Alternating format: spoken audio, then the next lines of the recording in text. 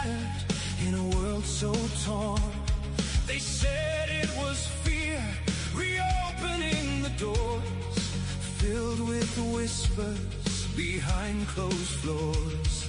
A white boy convicted made it look fair, but in the shadow of justice the truth laid bare.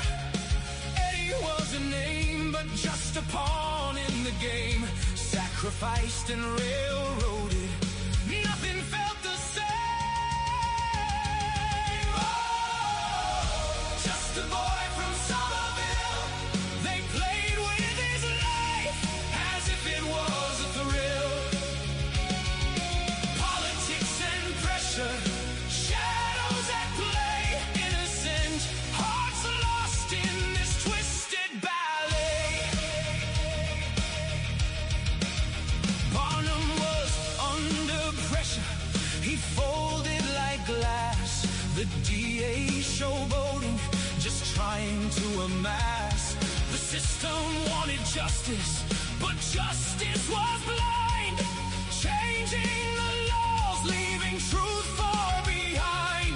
Remove the judge who dared to be just. Eddie was demonized in the world's cruel thrust. Size mattered not when politics run deep.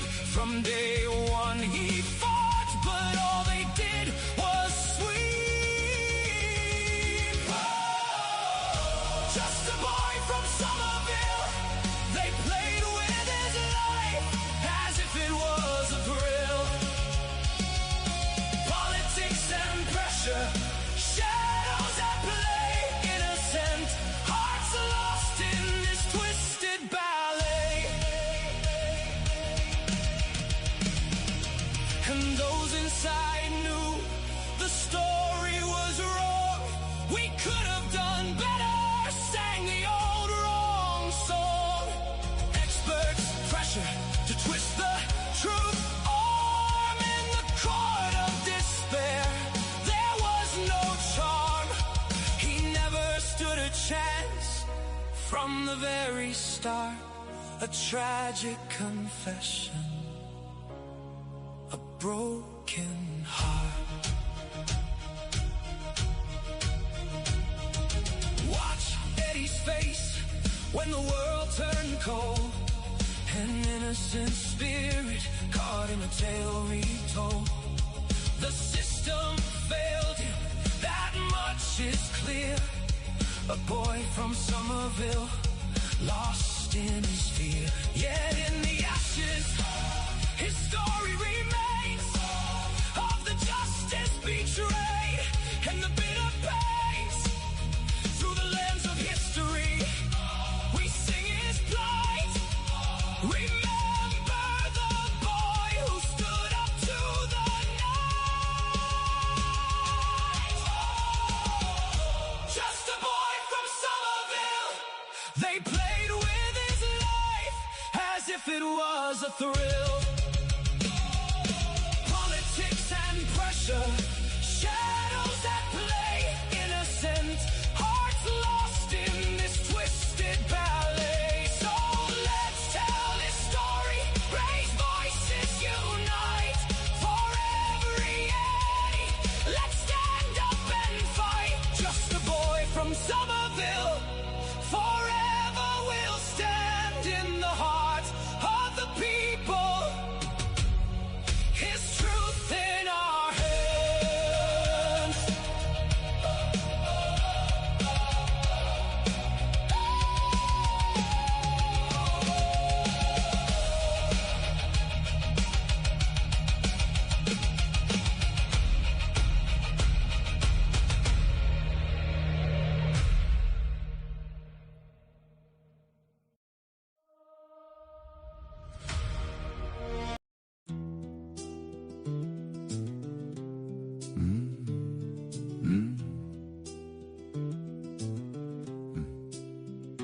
Eddie O'Brien, oh what a story to tell. 15 years young, caught in a prison cell, trapped in the system. Ain't that just a shame? For a crime he didn't do, they played him like a game. pattern so clear, yet nobody sees. Intentional lies blowing in the breeze. Documented truths, but they're buried so deep. Poor kid lost his life while the system's asleep. Free Eddie, free him till it's backward. Guilty on paper, but he never had the hard facts. Let a fool think he won, that's how it goes. Eddie's innocence buried beneath all the woes. The man couldn't keep his own story straight. Taking the kid's future, ain't that real fate? Welcome back, chat got us talking hood-wise. Dark humor and metaphors disguised in the cries. Sir, hypothetically, in a murder case, ain't it funny how a fool runs this rat race? Growth don't happen in the middle of this mess. Step back, breathe, man, just let go of the stress. Free Eddie, free him till it's backward. Guilty on paper, but he never had the hard facts. Let a fool think he won, that's how it goes. Eddie's innocence buried beneath all the woes. See, you gotta let the clowns believe they succeeded. You didn't fold a break, you just got what you needed. Took it to the chin, not the heart, you see. Don't let the chaos take space in your melody. You're built different, like a lesson they missed. Teaching them boundaries, couldn't find them on a list. Drowning in a puddle, they dragged you below. But now you let them flounder, cause they reap what they sow. So here's to Eddie, justice long overdue. Fighting for the truth like we all have to do. Step back from the noise, watch him throw a fit. Free Eddie O'Brien, let's never forget this. Eddie O'Brien, oh what a story to tell. Fighting for his life in this unjust hell. Free him till it's backward. Guilty on paper, but he never had the hard facts. Let a fool think he won, that's how it goes. Eddie's innocence buried beneath all the woes.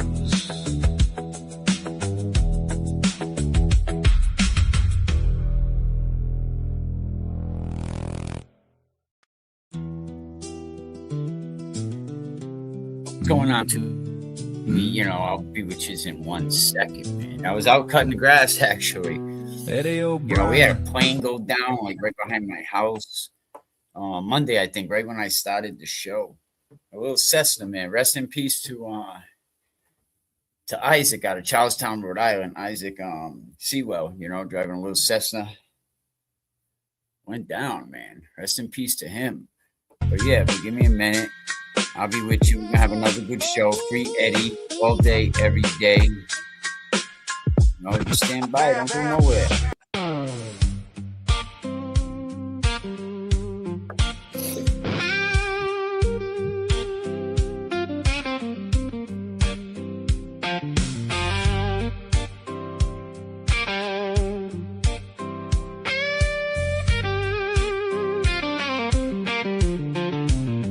In the courtroom lights, truth's gonna bend. Heffernan standing tall, trying to defend.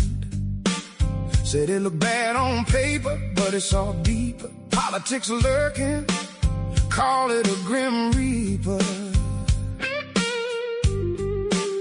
Eddie was just a kid, caught in the fray. But the power players had a game to play. From day one, they wanted him to fall. A kid in the spotlight, crushed by it all. Heffernan knew the truth. No, it ain't fair.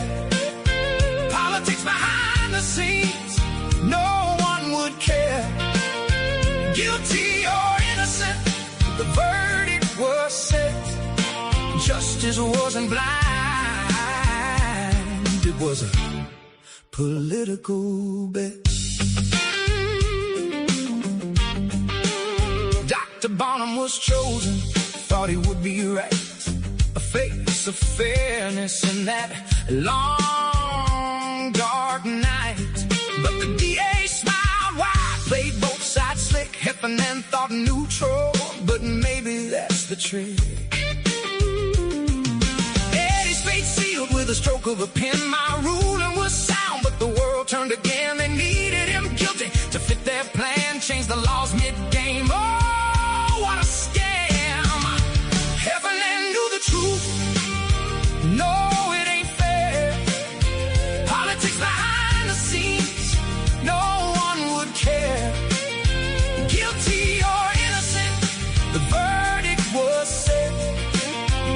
this wasn't blind, it was a political bet.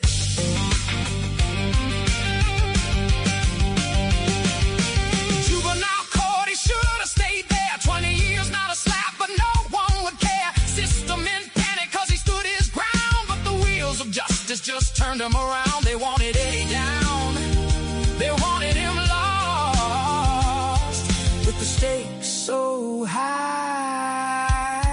he paid the cost.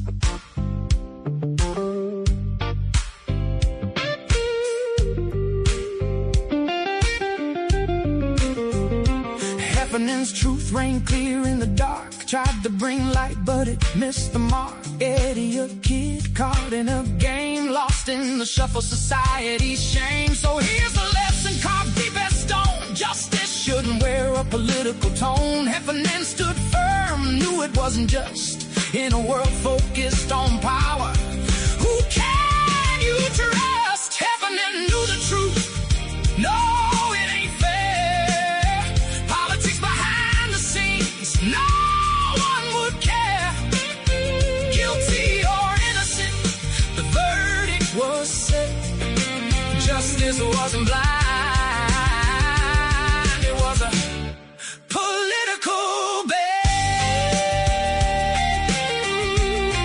So let's remember as the story unfolds, the tales of the innocent, the truth yet told. Heffernan knew the truth, and it cuts like a knife in the courtroom of power. Stupid stickers on that. I never What's the understood. cost Bro, of a you got a life? freaking sticker on your head. What's going on, everybody, man? Heffernan knew.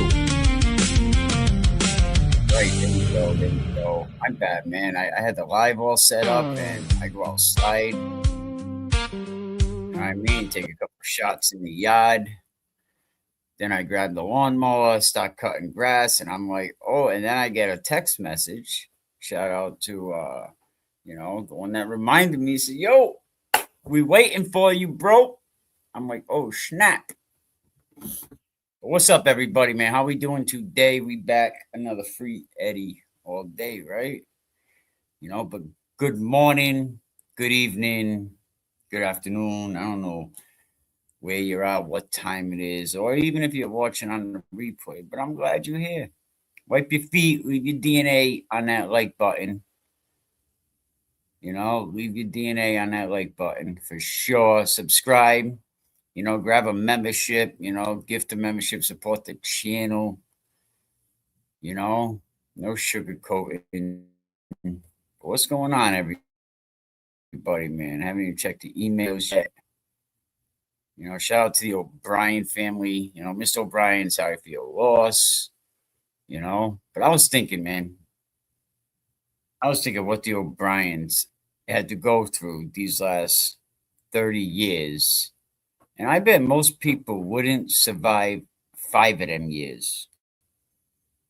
That goes to show you what type of family they are. And I really don't. I've talked to Big Ed a handful of times, half dozen times. But over the years, I'm sure people talk about the O'Briens like they a big headline, case file, with little Eddie's name being on a docket for 30 years, But I bet behind the O'Brien name, we got a mother, a father. Someone said something the other day. They said, who's Eddie? Who's Eddie before all this? And I was like, a boy, a son. He was a paper boy, or he got the newspapers ready. He worked, an altar boy. He was a son, a brother, a friend, a neighbor, a person, a child of God. And there's a family that had their entire world ripped apart in one night. And they stood with that for 30 years. And from what I understand, they stood 10 toes down. the system on that night didn't just lock up a 15-year-old boy, it locked up a whole family. It locked up a whole family emotionally, mentally, spiritually. I wasn't always a good kid. Like, I did some bad shit in my life, where I had to be sent to prison. You know why? Because I was not a good person. You know what I mean? We need prison. There's people that need to go to prison. Absolutely. When people say, I don't want to see nobody in jail, it's not true. There's people that belong in prison. But Eddie is not one of them.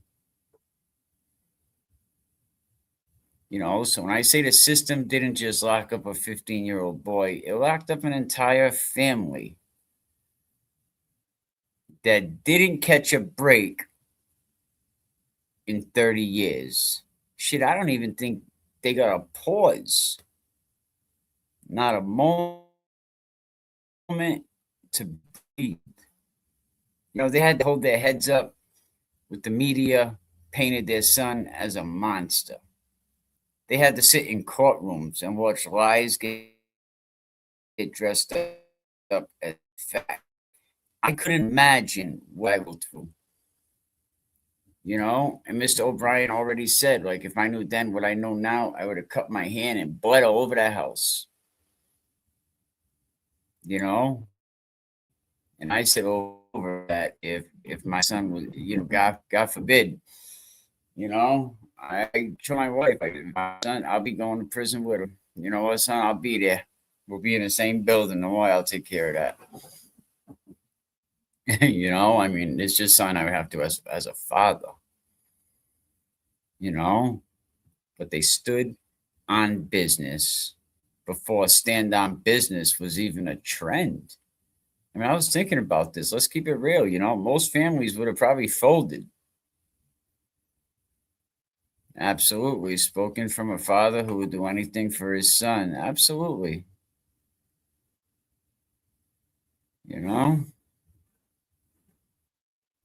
Most families would have folded. Think about it, man. Not all people, it's tough, man. It's just a tough situation. Most families would have said, we can't fight the Commonwealth. But the O'Briens didn't do that. And they stayed in that neighborhood and they stayed there with people pointing their fingers at, how Scarface say it? Shout out to Oxy. Thank you. Really, I appreciate that. And I'm sure you know what I'm talking about, but I appreciate that. But they stood on business. Like I said, they fought, they questioned, they researched, they showed up when people were pointing their finger. They refused to let the system bury their son under a story that never made sense. And every time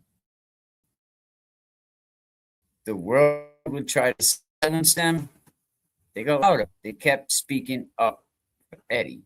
Every time the system tried to intimidate them, they got stronger. Right? Every time someone told them, you got to give it up, man, Yeah, right. They doubled down. That's not denial right there. That's being a parent.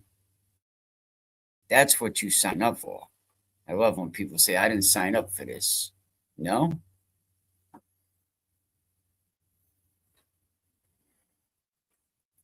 Say that again. You say, I didn't sign up for this. But Eddie, like, thinking about, what he's going through in a room probably smaller than a lot of y'all bathrooms, and some of them cells are a 2-man cell. Like I said, you know, just going to the bathroom in privacy.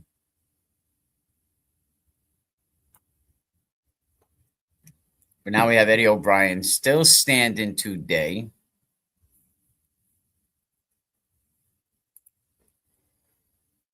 Because his parents never sat down.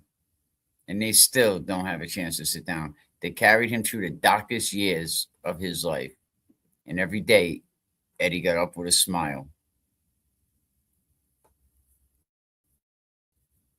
When it was tough and the world tried to crush him, they held him up and smiled and said, "That's my boy." When the system tried to erase them, they said, "Oh, no." They stood on the steps of that courthouse. "That's my boy." No.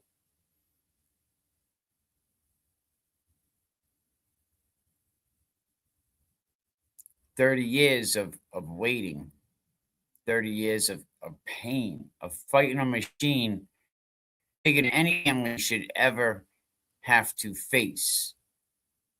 And they still here. It kind of makes me feel like, whoa, that's beautiful. That's a beautiful thing. The love and determination of that family, and still demanding the truth to be heard. Eddie could have struck a deal a long time ago and probably been home. You know, way in the beginning. That's not Eddie. His story never wavered. That's generational strength. That came from the grandfather, down to the father, down to Eddie. But the sad part is, the real sad part is, Eddie can't pass that on. The male generation. The male generation in the O'Brien family stops with Eddie Jr. And the system, Riley, and all his cronies did that. They are the evil ones in all this. They're the criminals. Governor Weld, Riley. Just as bad that dirty man on my screen.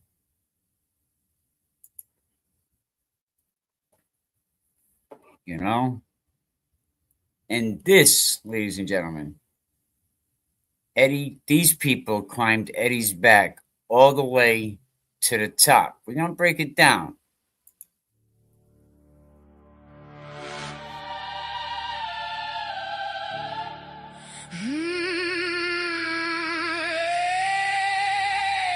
Let me turn it up a little. Come on, everybody. The Shamrocks in the call for Eddie. Yeah.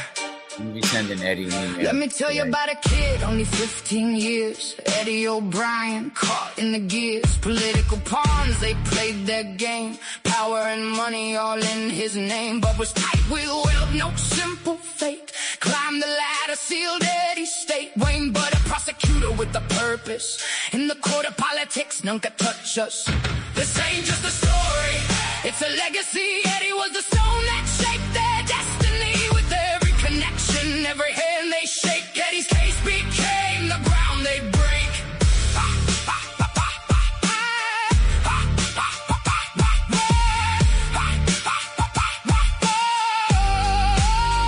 Riley and Bud, best friends since youth, built a law firm, they spun the truth. When Riley took the case, he was never alone. Built on foundations, powerfully grown. With the Budwell network, they made a show. Charlie Baker in the mix, he's part of the flow. All linked together, climbing the heights. On Eddie's back, they rose to new sights. This ain't just a story, it's a legacy. Eddie was the stone that shaped their destiny. With every connection, every hand they shake, Eddie's case became the ground they break.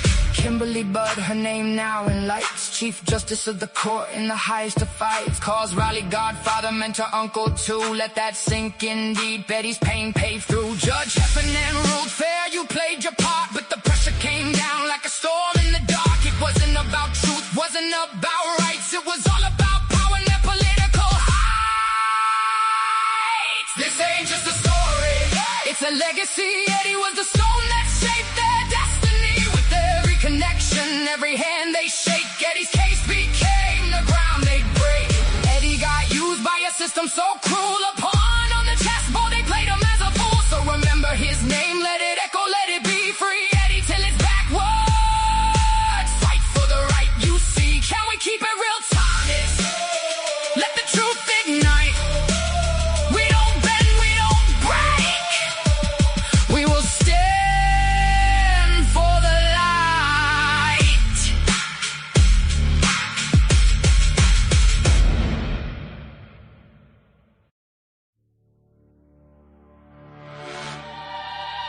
when them people right there, basically, they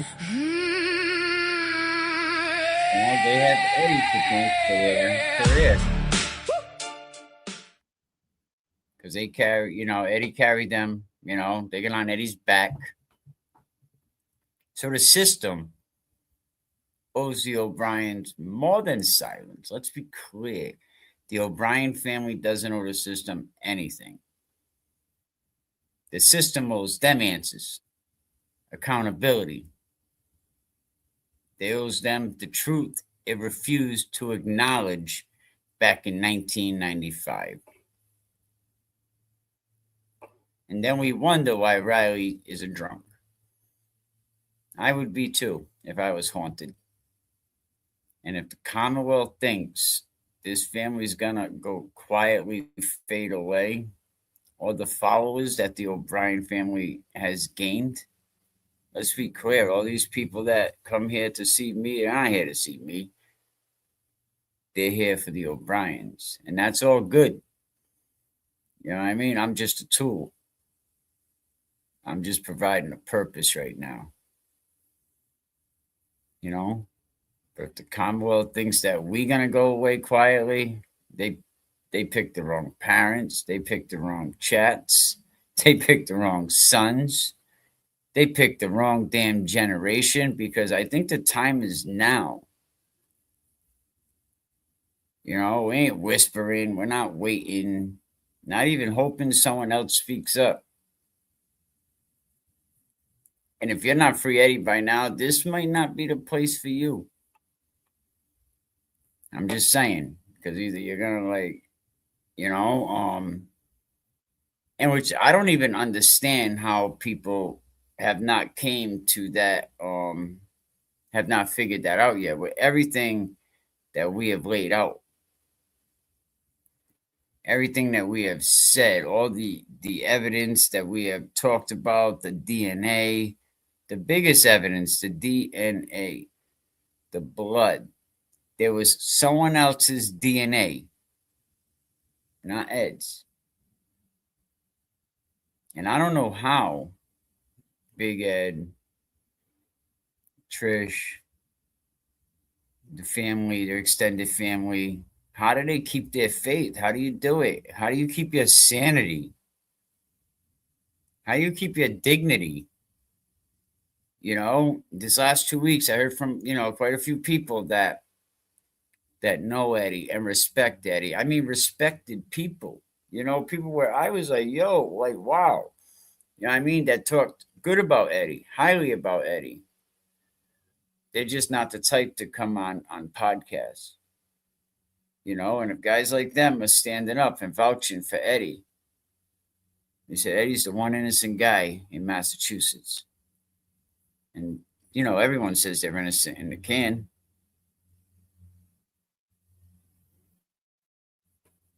Absolutely. Yes, you are a strong girl.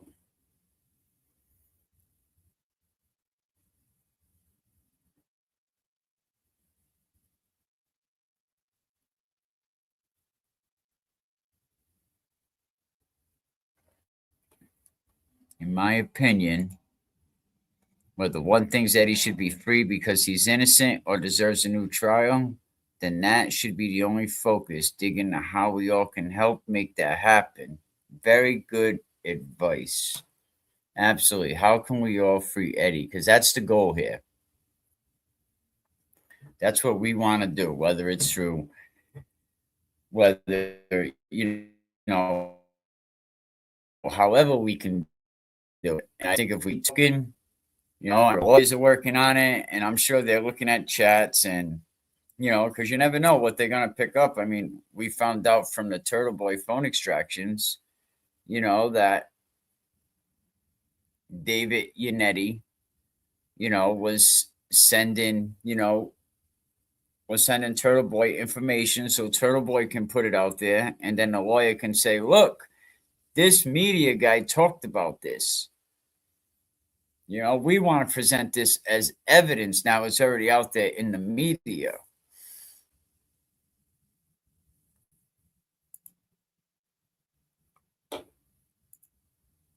And O'Brien in the chat, that's the plan. Free Bird. Free Bird responds, amen. You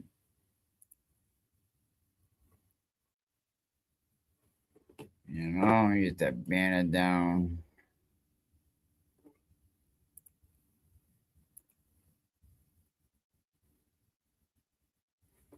But yeah, they survived, but a lot of people couldn't survive, and God bless them. I don't know how. You know, I don't know how Eddie could be calm all these years. You know, I'm just like, how does he stay sane? You know, but he has to do it. Right back at you, Mama OB. You know, salute to you, man. Much respect. You know, much respect to you and your family. You know, much respect to you and your family. Give me a minute. I'm going to get what I want to talk about next, all situated. I got to get it off my other computer. But yeah, give me a minute. I'll be right back for sure.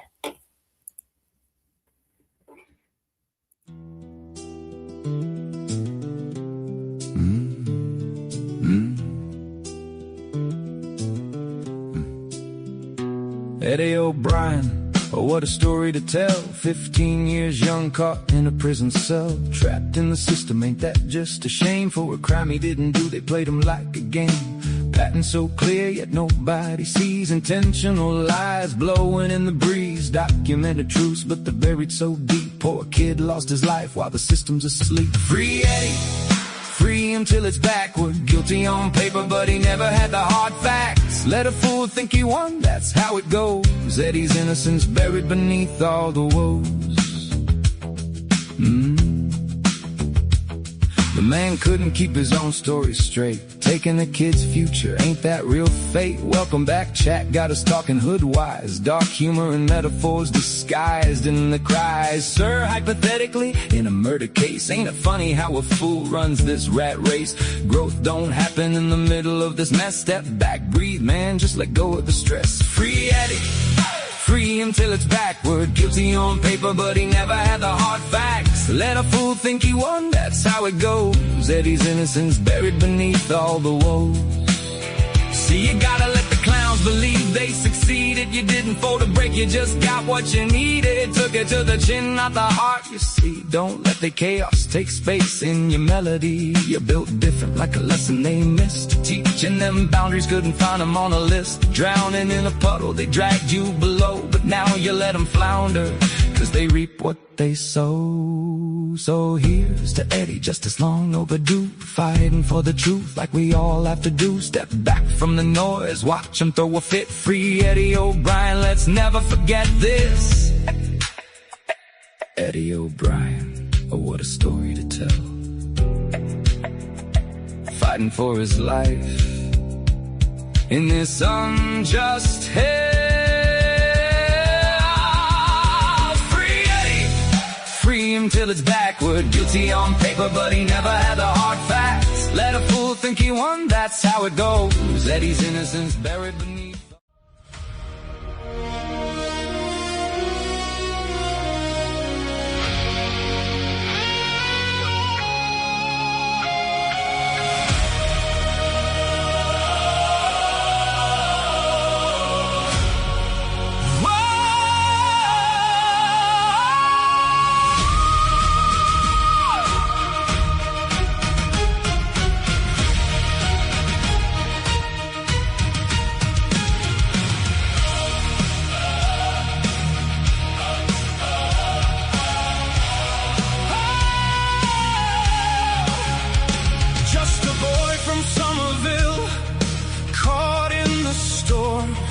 Innocence shattered in a world so torn.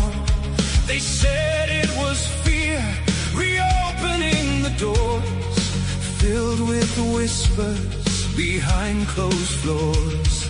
A white boy convicted made it look fair, but in the shadow of justice the truth laid bare.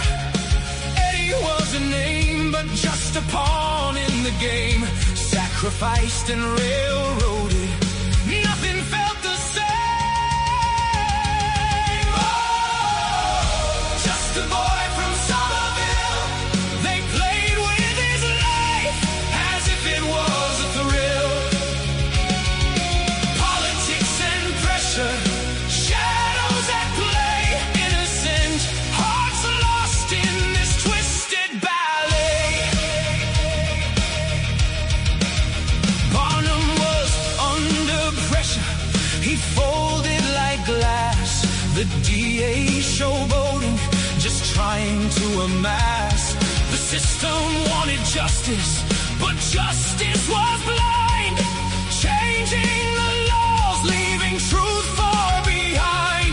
Remove the judge who dared to be just. Eddie was demonized in the world's cruel thrust. Size mattered not when politics run deep. From day one he fought, but all they did was sweep. Oh, just a boy from Somerville. They played with his life as if it was a thrill. Politics and pressure, shadows at play, innocent hearts lost in this twisted ballet. And those inside knew the story was wrong. We could have done better, sang the old wrong song. Experts pressure to twist the truth, arm in the court of despair. There was no charm, he never stood a chance. From the very start, a tragic confession, a broken heart. Watch Eddie's face when the world turned cold. An innocent spirit caught in a tale retold. The system failed him, that much is clear. A boy from Somerville, lost in his fear. Yet in the ashes, his story remains of the justice betrayed and the bitter pains. Through the lens of history, we sing his plight.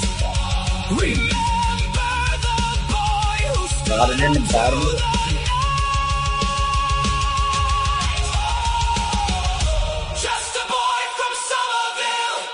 They played with his life as if it was a thrill. Politics and pressure, shadows at play, innocent hearts lost in this twisted ballet. So let's tell this story, raise voices, unite. For every Eddie, let's stand up and fight. Just a boy from Somerville, forever we'll stand in the heart of the people. His truth in our hands.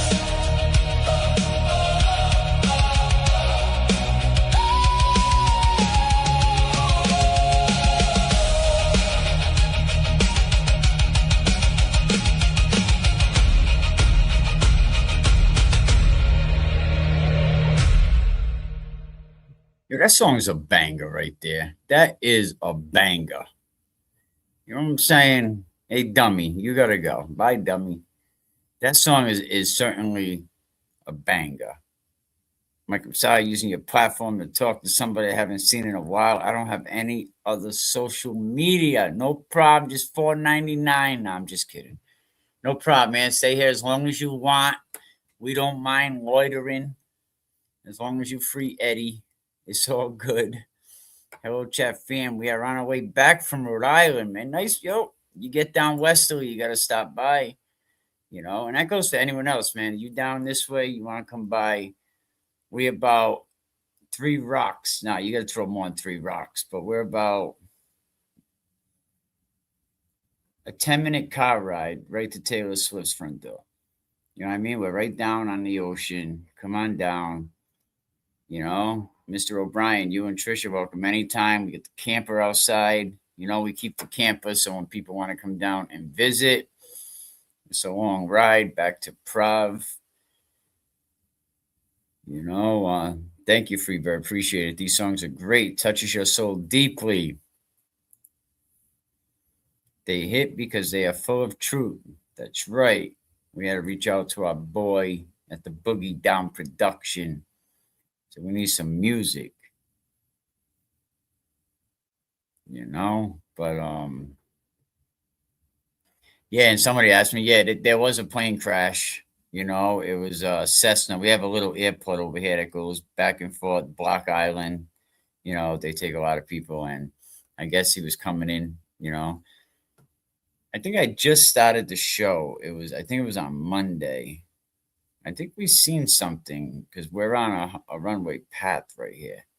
So we see a lot of planes, but our neighbor has a helicopter. Like, we're not rich. We just fell on a decent living situation, where we live. We're on a big farm. It's like 100-acre farm. Very, very nice. But we back. We talk, we started it off talking about the O'Briens, and the pain that they had to suffer right along the side, with their son.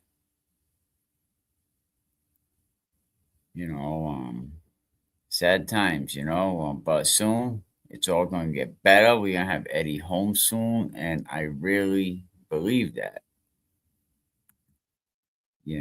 But I was wondering, man, I'm wondering, but it's crazy how the family, where was their investigation?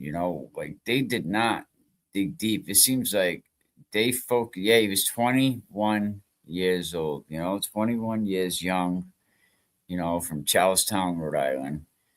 Way different than a Charlestown, Mass. Charlestown, Rhode Island. Charlestown, Mass, they got the code of silence. Charlestown, Rhode Island, probably not so much. That's where all the older gangsters go to retire. Dante Scarnecchia lives down in Narragansett. Ron Howard has a place down Watch Hill. But usually when you got crimes like this, I would think the family would be like the first people that get investigated. Family members with access to the home, people that will last to see, the victims alive, ex-husbands, especially ex-husbands. I mean, you would think that was a standard procedure, but in this case, this investigation probably locked on to Eddie within hours. And the tunnel vision, my goodness, the tunnel vision. You could have used that as a laser pointer.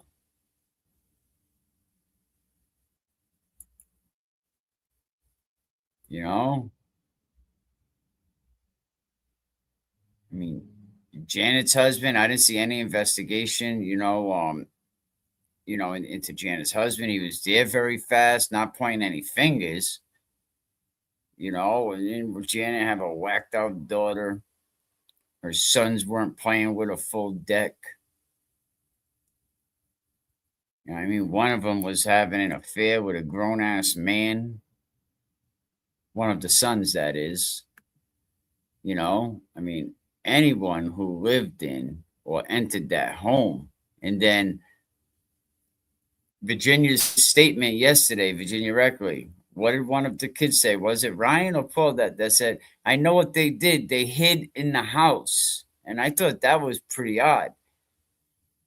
They hid in the house. Like, what do you mean you know what they did? What do you know? That's not thorough. That's panic policing. Don't forget, you see what it says on the screen. There was 7 unsolved crimes before Eddie O'Brien's case came around. 7. You could look in Margaret's Margaret, no, not Margaret. You could look in Margot Nash's book, and it's right there. It talks about, Tom Riley, the investigations.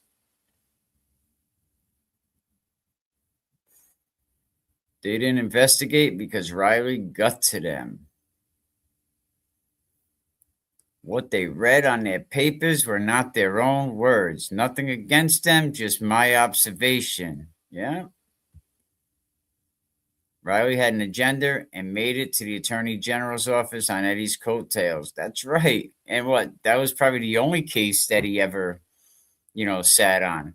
Has Riley ever sat on another case? You know? I mean, so, I want to just talk quickly about some of the people that were in the house, some of the family, I don't usually talk about my buddy Adi all the time. I don't even really like to talk about Adi, but it's kind of necessary for this um, because I don't think it matters. You know, Eddie is released. Are they going to continue to investigate, or are they going to say, well, we got it right, but, we had the right guy? No, Tom Riley screwed up. Absolutely. Tom Riley needed a slam dunk at the expense of Eddie O'Brien. And what he did, it's called reverse profiling. It's when they get their target. All right, now we're going to make it fit the crime. You remember the Tupac movie, Belushi? Yes, right. As Freebird said, and it was so clear to see that. No, I think the plane crash was. I think he just had bad coordinates. He was like right next to the runway, like he crashed like right there. Not really sure. I think the FAA is investigating, but you had to be blind to see it. And of course, now I'm talking about this a lot more. I get a lot of people saying, "Oh, that's the kid that did this to the mom, and then get rid of her." And I was like, what makes you say that? Like, I can't believe you're so ignorant to say something like that. And I ask people, why do you say what you say? Why do you feel the comment found him guilty? I want to hear it. Well, he got convicted by a jury of his peers. Wait a minute, time out. None of them people were his peers. There weren't no peers on that jury, you know. Um, and they say, well, a jury convicted him. They had to get it right. And it's like, you got that much respect for a jury? Where? But when we talk about Adi, the untested blood, there's a legal bomb right there. A lot of them, all of them.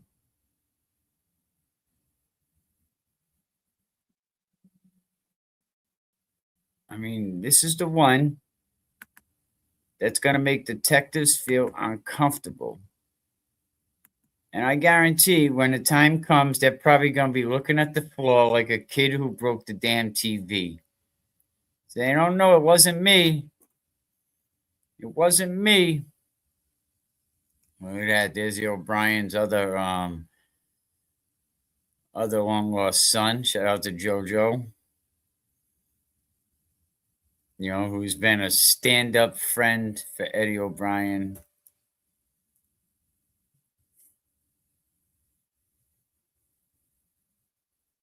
But they start looking at the floor like, what's going on? Who broke the damn television?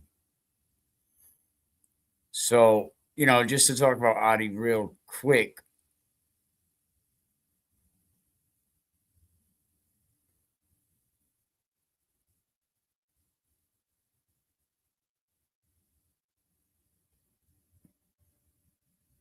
But why his samples didn't make it? Why didn't he test them samples? We went over the other day the hair and blood when the court refused it. Why? And you would think right there is a violation and grounds for a Rule 30 as well.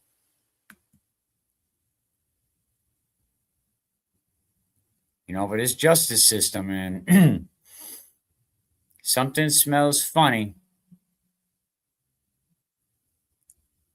And it's because they be bullshitting all the time. The biggest piece of bullshit in the Eddie O'Brien case has to be Adi Ortiz lately. You know, all the lies he has, you know, and never tested. That gets me crazy. Let me say that again for the people who think Eddie's guilty. They never tested it. Never tested it. Not a mistake. Eddie's DNA, if someone else's DNA there, that wasn't an oversight. Someone else's DNA. So if I break that down, this is crazy. Imagine somebody gets murdered in your hood or your neighborhood. Cops show up. They grab a bunch of people, right? They take your blood. Now ask yourself, wait, why would they just take my blood? What's going on? Guy next to me says, because they think you did it. You were there. You were involved. You know something. You had to do it. Police don't take blood for fun. Take everybody's. So, I mean, this ain't the Red Cross Drive. They ain't giving out $40. Ain't the needle exchange for blood. So if they took Adi's blood, that means he was a person of interest, right? But then they didn't test it, right? They like taking fingerprints off a gun, right?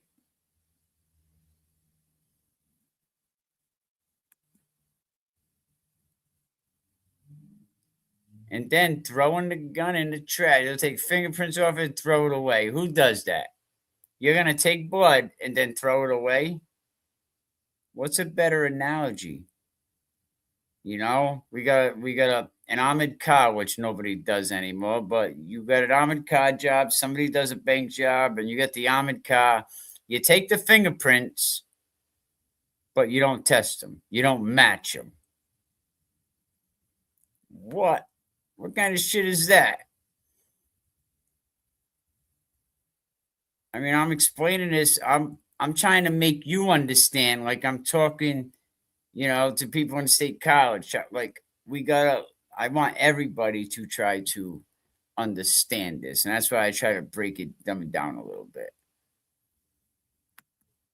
But when cops and stuff, when they collect evidence but refuse to test it, you got to scratch your head. Or they hide the results.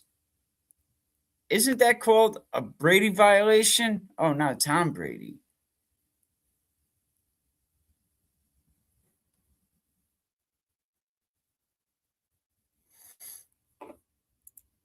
Nope, not protocol at all. Freebird is on the money, right? Shout out to Norman Corey. What's up, Norman? How we doing? Norman Corey in the chat. You know, Norman's always been on this Eddie stuff. Like always very, very impressive.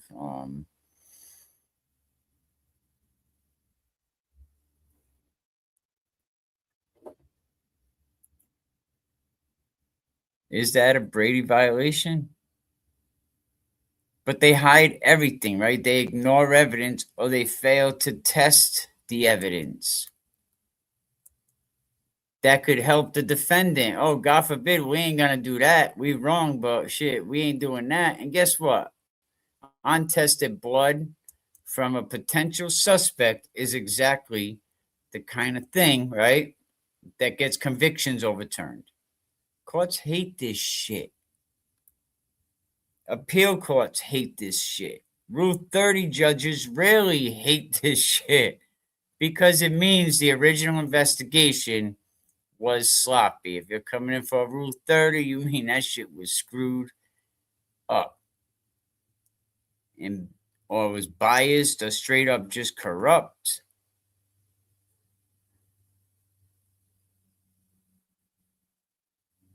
Why Adi's blood matters more than anything else? Well, let's talk logic, right? If Eddie did it, and only Eddie, then why did the cops take Adi's blood? Why was he even in the conversation at all to get his blood, right? Why was he even close enough to the crime scene to be mentioned to get his blood? So they must have thought that his DNA mattered. And we're not talking about 1970. We're talking about 1996. Like, it wasn't, people are like, oh, but 30 years ago, I get it, 30 years ago. But 1996, they had the fingerprint machine, they had technology. Because I remember right before that era, you were hoping they didn't have that fingerprint machine because you knew it took 3 days to get your prints back. And you know, if you can get bailed by that, you can get your butt out of there. So 96, like, they had technology back then. I remember.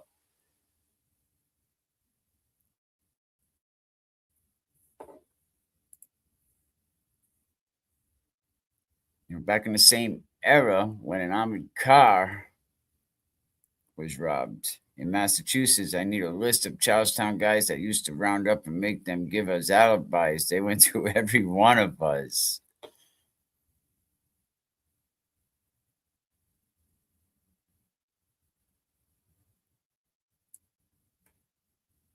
Why did he stop testing blood? How come he never started? Never mind why did he stop? Because he only wanted Eddie. And I think Eddie's testing did not come back right, he couldn't test anyone else because then he would have to admit that he screwed up and not only charged the wrong kid, overcharged him. But that couldn't happen because you know what? We got to try this kid as an adult. We don't want to open up that youth facility. You know what? And we need to get this law passed. And what better to do it by a white boy? What better to do it by an Irish Catholic white boy that comes from a decent family to pass this law? Then we look like we're being honest. We're being civil. We're not going after them.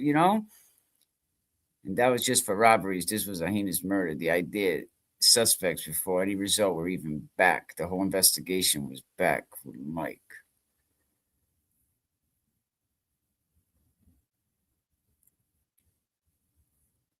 The crazy woman on the stand said it was not Eddie DNA when the guy asked her, and she pretended to not understand. There's so many there's just so many things that make you kind of go, that kind of don't make sense, right? And the real kicker, right? There was DNA in that house that wasn't Eddie's. You heard him say that at the AKA second trial he had at parole. Like, I was like, what? I never seen that before. And I've been to about 5 parole hearings, and never did they really go into the details of my case. So that was kind of odd. But yeah, it was DNA in that house that wasn't Eddie's. So nobody says, well, whose was it then? They say, yeah, it's okay. Don't worry about it, because that's what they did. Can anyone explain that? Like, does that not give you reasonable doubt? If you're sitting on a jury and you're kind of in the middle, and they say, well, there's also DNA that is not the defendants. You say, well, isn't that reasonable doubt?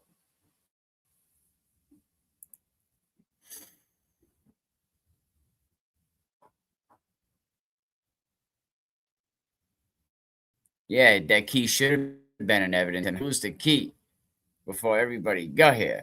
That's the other thing. But like Freebird said, now we have massive technology to test DNA, like picking black pepper out of black shit. Damn. Now that's an analogy. You can't manipulate those tests now. Run the DNA. The parole hearing was a setup. It looked like it. I never seen a parole hearing like that. Like I said, I personally been to 5 of my own parole hearings. Keeping it real, LOL. You have to. It's the only way, you know? If I come here lying to y'all, I wasn't always a good boy, you know? Um, and speaking on that, some people say, well, you chose to commit them crimes, but sometimes, depending where you're from, you don't choose crime. Crime chooses you. I grew up in a neighborhood, Minton Ave, right outside of Minton Projects, right up the street. It was a Polish neighborhood, Smith Hill. The Irish guys were up Smith Hill. Minton Ave area was a lot of Polish and stuff.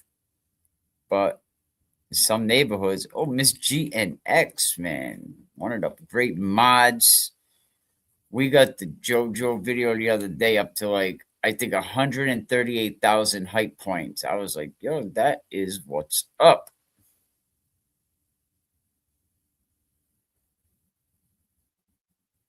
You know? 4 hours at the parole board. That was insane.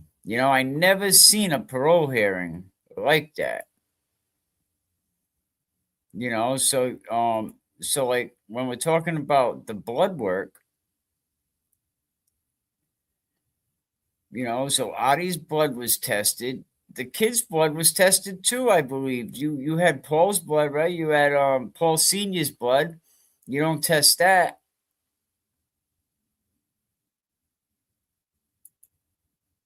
Why? They never tested it. That's not an accident. That's not a coincidence. That's a decision. And we broke down that blood work the other day, and nobody, I say nobody is going to break down that blood work like I broke that shit down the other day. Probably except for little Eddie. Well, nobody in this circle that's like, that's talking about these type of cases. But nobody will say that loud.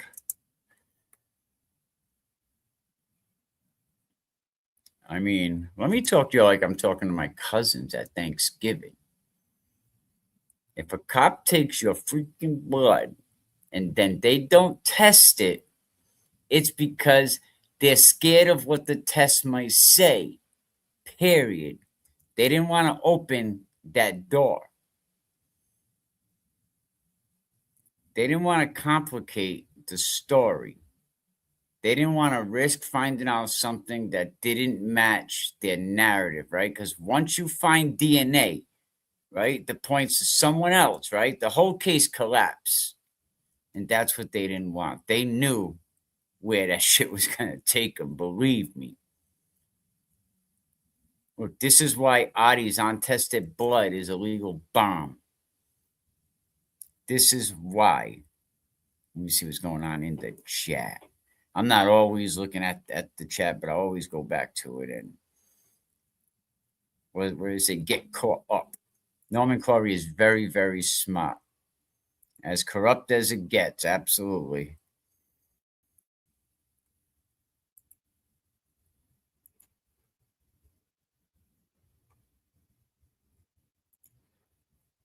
If they would have done everything they should have, Eddie would have never been charged, at the very least ran all the DNA. How about take your time and do a rightful investigation and bury this poor lady first?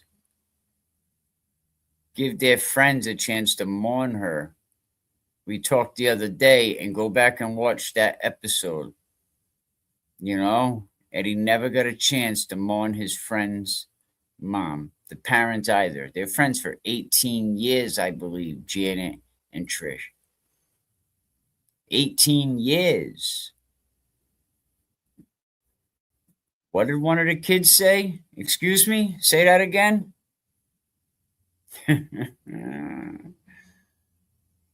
Somebody was hiding in the house. Why would I don't know if it was Ryan or Paul, but why would they say that? I know what happened. They were hiding in the house. Marco didn't say that was Ed. And when Marco seen Ed later, isn't he gonna say, yo, bro, I seen you? It wasn't until after Marco talked to the police and they probably put that in his ear, then he came up with the lie.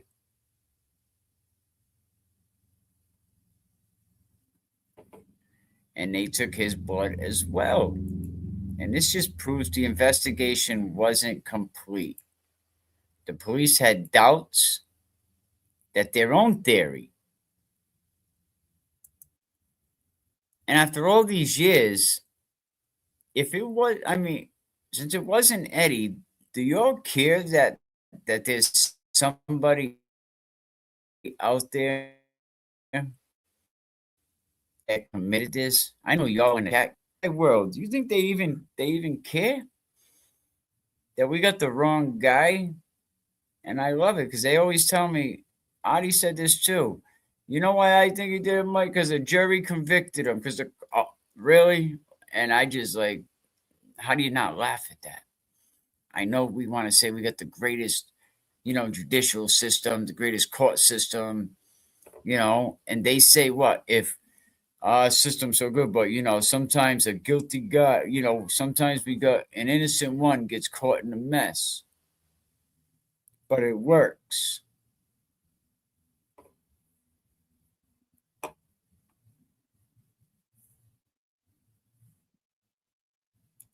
You know, I did, Joe. I did. My man, 50 grand. Yeah, right. Like I was looking for Dana to come walking down the aisle. It's like, yo, where's fucking Jimmy Birchfield? I never seen a parole hearing like that. And people, check it out, man. Of course, it got to be one of our, MVP mods, Anthony Snow, 43, with the givesendgo.com /GNJZA. Go there, definitely help donate. It's going to help with the Rule 30 motion. And I tell people, you want to know the truth about this case, you have to go check out the truth about EddieO'Brien.com. We got mods that's constantly putting it in the chat. Lie after lie from Tom Riley to the people. Absolutely. And Adi. And I don't even understand, and like I said, I don't talk about Adi a lot because I don't think there's any reason to talk about Adi. I let the other guys do that. But there's no reason to talk about Adi because I think we'll have our days when we definitely bring someone in that's going to talk about Adi. Yes, that's right. Eddie recently filed a motion bringing a parole board to court, and that is pending. It's dangerous when you get a con that knows the law library. You can't get over too much. I used to always be in that law library. 209A Ortiz. We read that yesterday. That's right. We read his 209A violation yesterday. Man, what a violation. How do you do that? How do you stick a knife to your girl's neck? You're absolutely right, Mike. I thought I was listening to an attorney. Woo! Let's go. How do you stick a knife in your wife's neck after that happened to her sister? God forbid.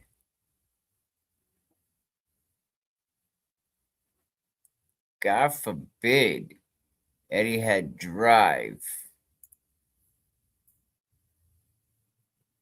And exoneration is in order. Rule 30. And I'm sure we'll definitely have no problem getting Eddie a job. when he comes out. I bet he already has a few jobs lined up, already has it in his plans.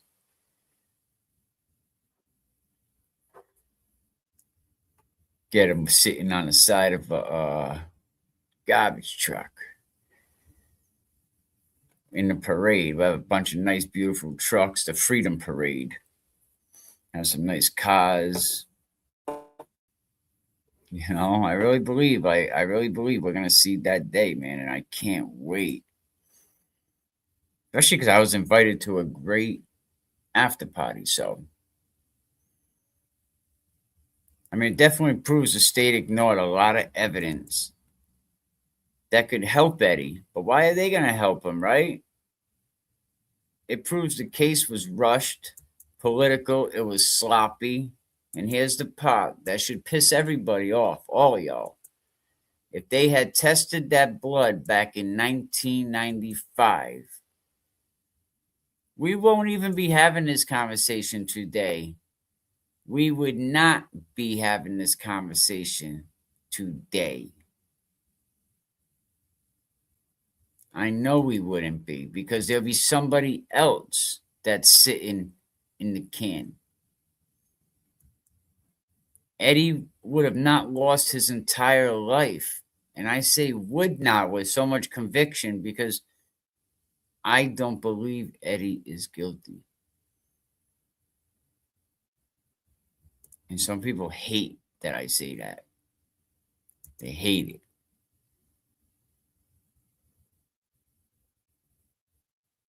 Maybe if the George guy,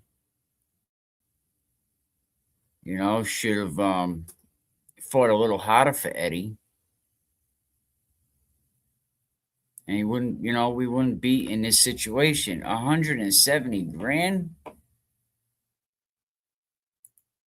That's some serious coin.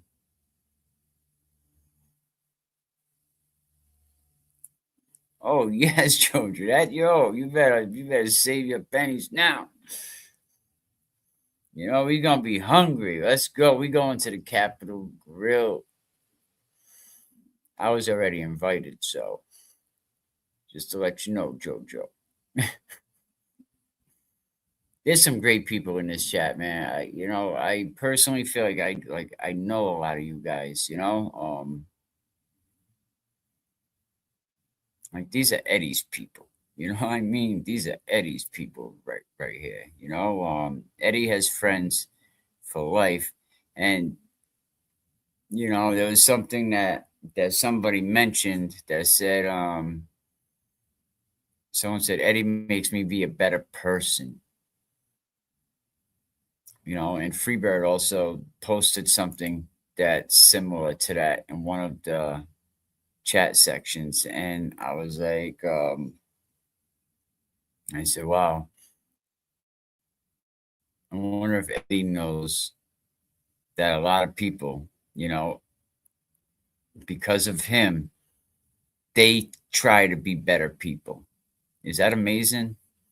You know what I mean? Like, to think that, he's a con sitting in the joint, and to think that there's people that look up to you, Eddie.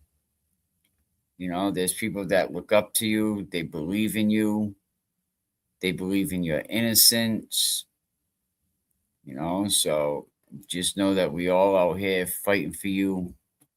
I get a little emotional when I talk about it, because I know what Eddie goes through, what the family went through. Like I said, I don't know what a life bid's like.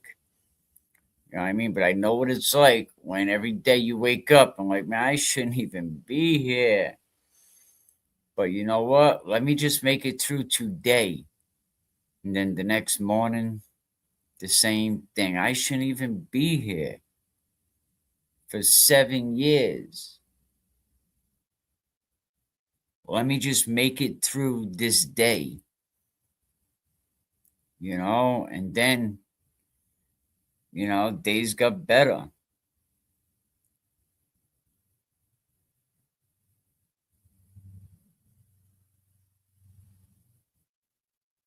But it's crazy, man. Mary Kate Talk about the super dummy, huh? Let's talk about the super dummy breakdown. And when I say that, I'm talking about the lady at the lab. What was her name?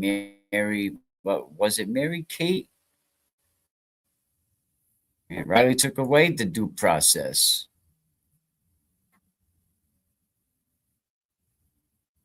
Riley took that right away.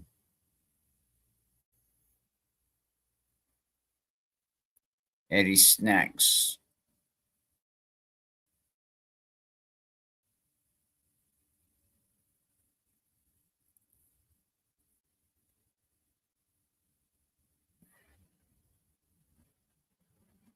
He says, slow down.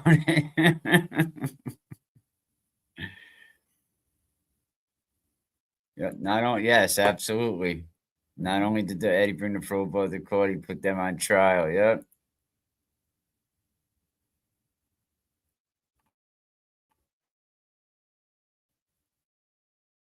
Oh yeah, I mean that's just now. Yeah, Riley made sure that the due process was thrown right out the window, and I talked a lot about that yesterday. And I was close. I was off a little bit. JoJo gave me that name over 20 years ago. And it's unbelievable. And I'm probably going to talk about this a little in the next segment. Thank you, man. She really Eddie really touches us over here. Like really, a lot of love coming out of this household for Eddie. Everybody I run into, I talk about Eddie. Everybody, the gas station attendant, the freaking guy at the corner. I don't even know who he is. I was like, hey, listen, let me tell you about Eddie O'Brien. He's like, can I get $1? I tell everybody, like, listen, man, you know about Eddie? Free Eddie, man. Free Eddie till it's backwards. And so many people have messaged me, with some great things, and so many people have been so helpful, you know, and I really appreciate it, man. But it's all about Eddie, man. I really want to get Eddie out. Eddie touches our heart. Riley touches our nerves. Big Eddie snacks. He said, easy with the Capitol Grill, big guy. We got a tour bus coming. JoJo gonna be like, damn, I didn't realize this. I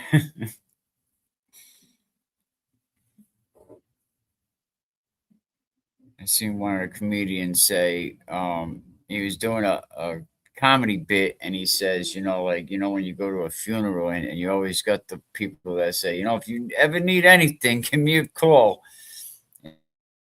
And then they actually call you when you're kind of like, I didn't mean it. I was just being nice. You need anything, because everybody at the funeral is like, you need anything, call me.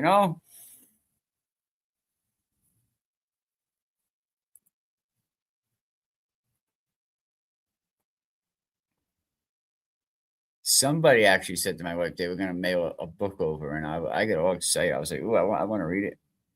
You know, I can't wait to the other book to come out. Or is that the book? It's gonna be exciting. It's definitely gonna be exciting. But do you think that if the court would have tested the family, the truth might have came out? I mean, we might never know. But they didn't test it. And that silence, I think, is louder than anything. The silence that the family has. And the question that blows doors off, I'm thinking, ask yourself this: if the state was so sure Eddie did it, why were they scared to test Audie's blood? Huh? Because you know why? Innocent people don't fear evidence. Eddie was never afraid of the evidence, Your Honor, my client was innocent, and innocent people don't fear evidence. Only bad investigations do. And that right there, you know what? JoJo's right. I should have been an attorney. That right there is why this untested blood is the biggest legal bomb in this whole case. Maybe not the biggest, but it's a pretty big one. I can't wait for that Rule 30, actually. I want to read it. I want to read it, break it down. Me and Freebird, we're going to break it down. Margot's adding to the book, but it hasn't happened yet. Part of Eddie's defense should have been Bowden based on sloppy investigation and 18 people walking around the crime scene since his attorney is a clown or on the take. Yeah, I think a little of both, Norman Corey. I was wondering if maybe his attorney, the law was coming down, the heat was coming down. He wanted to take the truth serum too. Yes, he volunteered. He figured he didn't do it. What do I got to fear? You know, and that truth serum, I'm sold on that. That's another thing that sells me. Like the DNA, you know, we're going like 60, 65% right there. The other DNA being on her, there's another 5, 10%. These two tests, it's like, how do you go any other direction?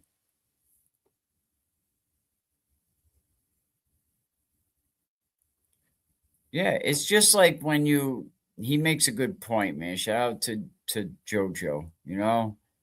I don't know how this guy knows the system so well, you know, but all these technicians, right? They all professionals here.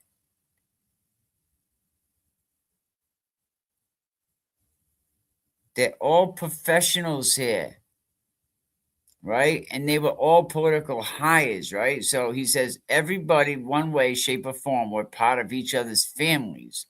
Everybody did what they were told back then, not their job. You know, and speaking of people were all everybody's families, give your boy a minute. I'll be right back. May I go to the lavatory, please?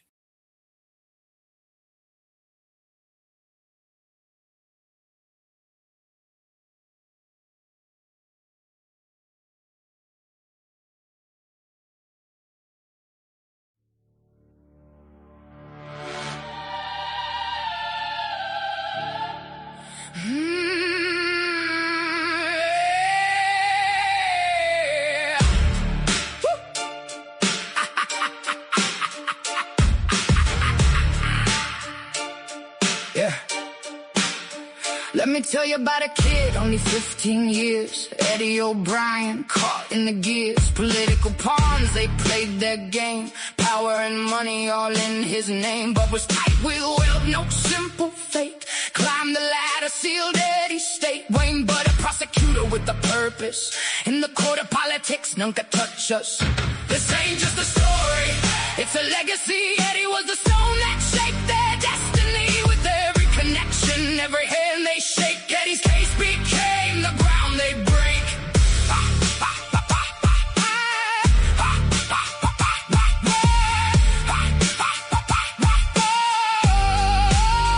Riley and Bud, best friends since youth. Built a law firm, they spun the truth. When Riley took the case, he was never alone. Built on foundations, power fully grown. With the Budwell network, they made a show. Charlie Baker in the mix, he's part of the flow. All linked together, climbing the heights. On Eddie's back, they rose to new sights. This ain't just a story, it's a legacy. Eddie was a stone that shaped their destiny. With every connection, every hand they shake, Eddie's case became the ground they break. Kimberly Budd, her name now in lights. Chief Justice of the court in the highest of fights. Calls Riley godfather, mentor, uncle too. Let that sink in deep. Eddie's pain paved through. Judge Heffernan ruled fair, you played your part. But the pressure came down like a storm in the dark. It wasn't about truth, wasn't about rights. It was all about power and their political heights. This ain't just a story, it's a legacy. Eddie was the stone that shaped their destiny. With every connection, every hand they shake, Eddie's case became the ground they'd break. Eddie got used by a system so cruel. A pawn on the chessboard, they played him as a fool. So remember his name, let it echo, let it be free. Eddie till it's backwards. Fight for the right you see. Can we keep it real time? Let the truth ignite. We don't bend, we don't break. We will stand for the light.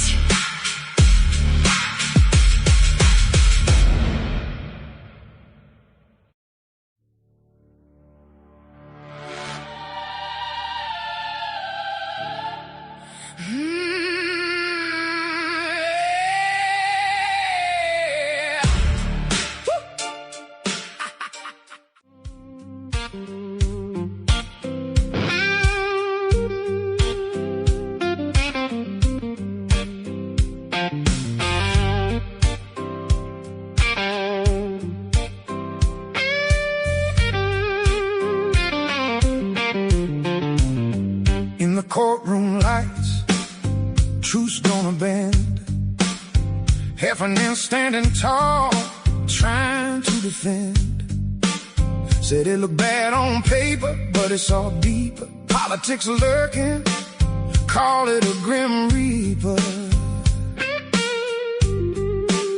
Eddie was just a kid, caught in the fray, but the power players had a game to play. From day one, they wanted him to fall. A kid in the spotlight, crushed by it all. Heffernan knew the truth. No, it ain't fair. Politics behind the scenes, no one would care. Guilty or innocent, the verdict was set. Justice wasn't blind, it was a political bet. Dr. Bonham was chosen, thought he would be right. A face of fairness in that long, dark night. But the DA smiled wide, played both sides slick. Heffernan thought neutral, but maybe that's the trick. Eddie's fate sealed with a stroke of a pen. My ruling was sound, but the world turned again. They needed him guilty to fit their plan, change the laws mid-game. Oh, what a scam! Heffernan knew the truth. No, it ain't fair. Politics behind the scenes, no one would care. Guilty or innocent, the verdict was set. Justice wasn't blind, it was a political bet.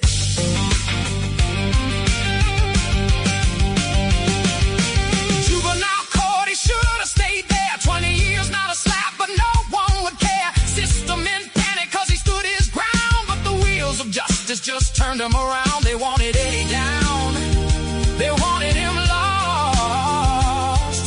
With the stakes so high, he paid the cost.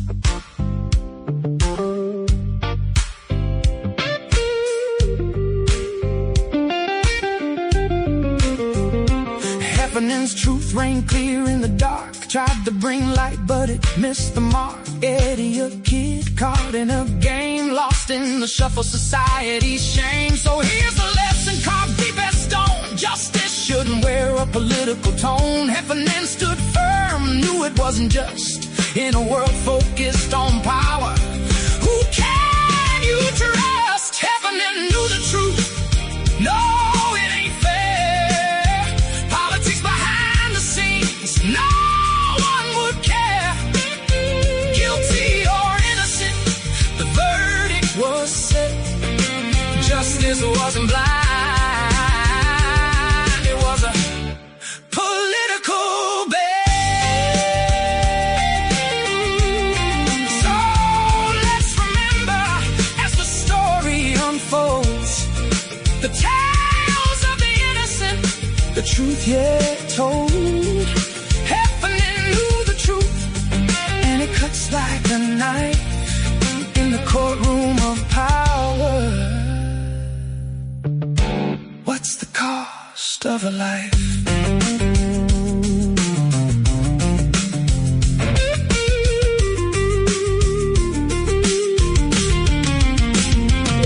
Cost of a life. What's up, everybody? Thank you for being patient. We back, and now we're gonna go over to the truth about Eddie. OBRIEN.com. Go to that website, man. That is Ed's website, man. You want to be close to Ed. You want to know what's going through his mind. Read that website. There is so much information on that website. You go to that website, it's crazy. Let me see where I was. Yeah, 6 chapters. Well, yeah, Miss Nash, she needed to know how to spell my name correctly. So she couldn't put out the 6 chapters until Mighty Mike frees Eddie. No, I'm just kidding. Shout out to Margot Nash, though. From everything I hear about Margot Nash, she's a very wonderful person, and has been by Eddie's side for a long time. Who says I found a cab key on a crime scene? No, I know. I was like, yo, that's crazy. Like, when even though, I don't know, that's just like, oh, here's your key, buddy. Allegedly. Look up Robert Pino. Oh, yeah, we get into it. This is a slow burn, Ed. This is a slow burn. You know the ones that burn slow? That's what this is. It's a slow burn. There is reasonable doubt. So much reasonable doubt. He has to fight bias even before he steps a foot in the courthouse. Even before he steps out of the jail, he has to fight bias. But you let Ed know, I'm thinking about maybe we could take up some kind of fund to get yard signs made up and we can be out there outside the courthouse. Saying free Eddie. And we build it up like the Karen Reed movement. And I believe we can. We have to get some content creators that are willing to talk about this. And there's a reason why content creators wouldn't pick this up that I don't want to talk about right now, online, but there's a reason they wouldn't pick up this case. But we need to get content creators to talk about this. We're going to reach out to the W podcast, Maddie.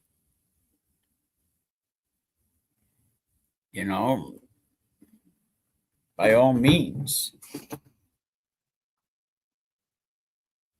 We're going to talk to some other witnesses.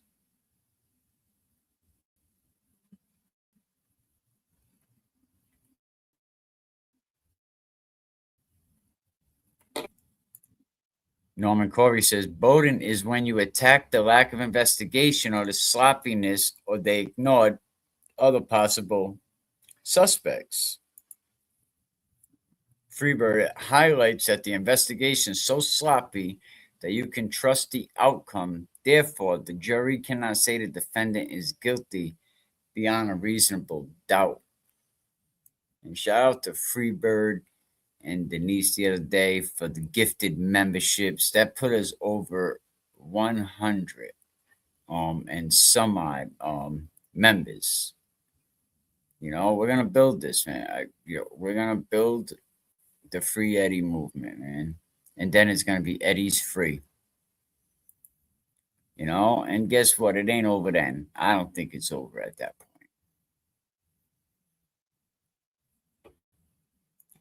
And that's the problem. They sold them as being big.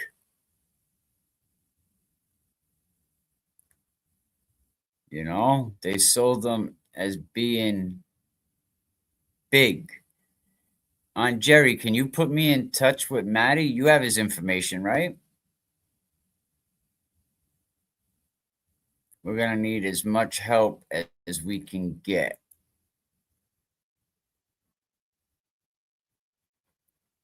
Yeah, yeah, definitely. So we can get some yard signs made up, and they usually make them up now.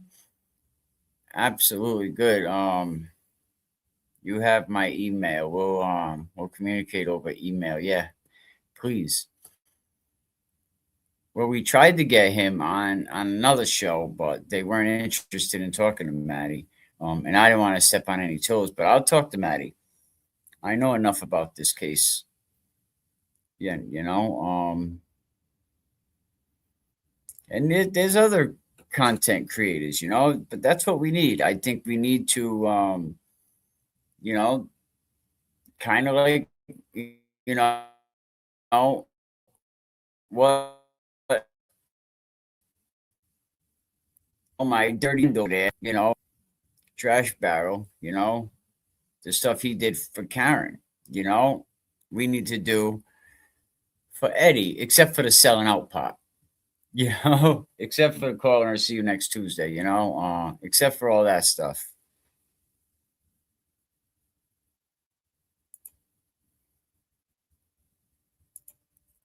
I heard the first four chapters of Margot Nash's book when Lala had it on when she was reading it.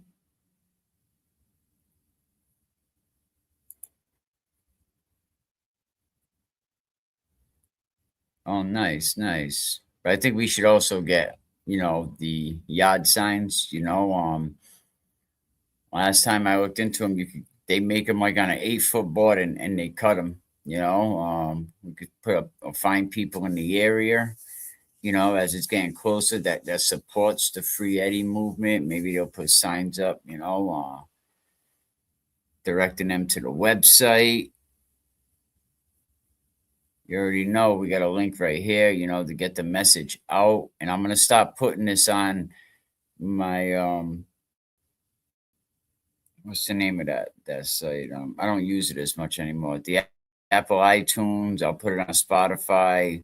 Also start putting these episodes on iHeartRadio. I have all them accounts. That's where I started off podcasting 8 years ago. So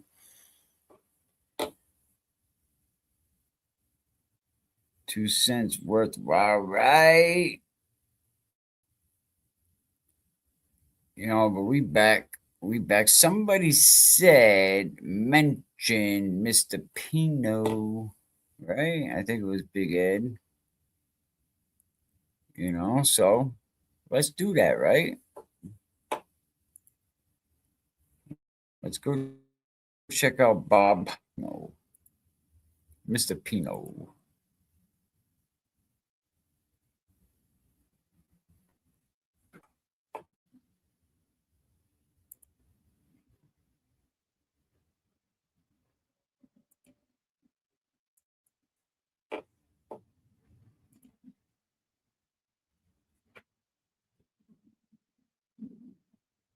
Unforgetter was very active early on in the Eddie investigate. I mean, in the Eddie. I remember when she went to visit Ed when I think did the other show send her?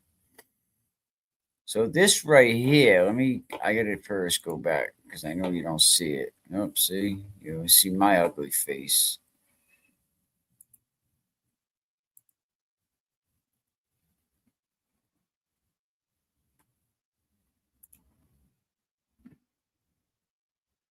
There we go. Mikey, I have a gift going to your house tomorrow for all you do. Oh my God, I'm got the Mercedes coming. I'll take a secondhand garbage truck right now.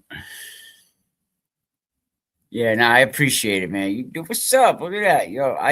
You know what? Me and my wife was talking last night. And we said, you know what? We gained some great friends. These are some great people. You know,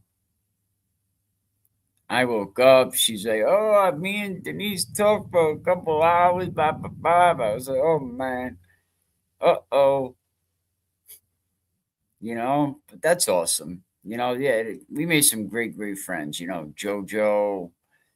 The O'Briens. And I can't wait to meet the rest of their family and let them meet our family. And like I said, the O'Briens are always welcome down our house this summer if they want to go to the beach, come down to Musquamaket. We got an old '80s drive-in that has all '80s movies, but you're welcome. We got the camper in the backyard hooked up, got the water, shower, everything's good. Got the pool, not a big pool, probably not like it sounds like the compound, but I got a little pool. But yeah, you're all welcome down. Jojo, you want to come down? I'm about 15 minutes from, the poker table at Foxwoods. From my couch to the poker table, it takes me about 18 minutes. So it used to be to the roulette table until the roulette table cracked me over my head. I think I left that casino crying like a girl. Pinot Emigraria is so corrupt. Yes, Mercedes, two of them. I knew it. We don't need, I just one is good. Thank you. See? Now that's a friend. See, people, that's a friend. You know, you ask for a Benz and it's coming. Yeah, Pinot's corrupt. And I think I read something about the mayor talking about the other guy. I thought that was like Filipino or Filipino or whatever the hell that guy's name is. We have plenty of garbage trucks. There we go. There's a guy in our neighborhood that has an antique garbage truck. I think he was in the garbage truck business years ago, and this might have been his first ever garbage truck. And he restored it and he puts it in the parades. It's like shining, all beautiful. I'm sure the hopper has nothing in it in years. Trisha and I love Rhode Island. You're welcome any time. We'll go down to Federal Hill. We'll go to Angelo's. We got a nice Italian place up here. They got veal on the bone. You know, even the New York system in Oneyville, even though they sold, I could still use the back door anytime. We go in the back door around here. Yeah, man. You're welcome anytime this summer. The casino's right up the street. We can go play bingo. They have a great bingo hall. Denise is good people. Absolutely. Yep, you guys are welcome. That's dangerous, Foxwoods. It is, man. It caught me when I thought I got it figured out. I'm gonna take the casino down. I got a system. I was like, yeah, all right, go ahead, buddy. I thought I was slick. 7 grand in a week. I was done. Your Federal Hill, there's only a couple good restaurants now. The problem is yuppies took it over, but we still got Angelo's is still there. I mean, for what it is, Caserta's Pizza, man, like the Wimpy Skimpies, spinach pie with pepperoni and cheese, so good, man.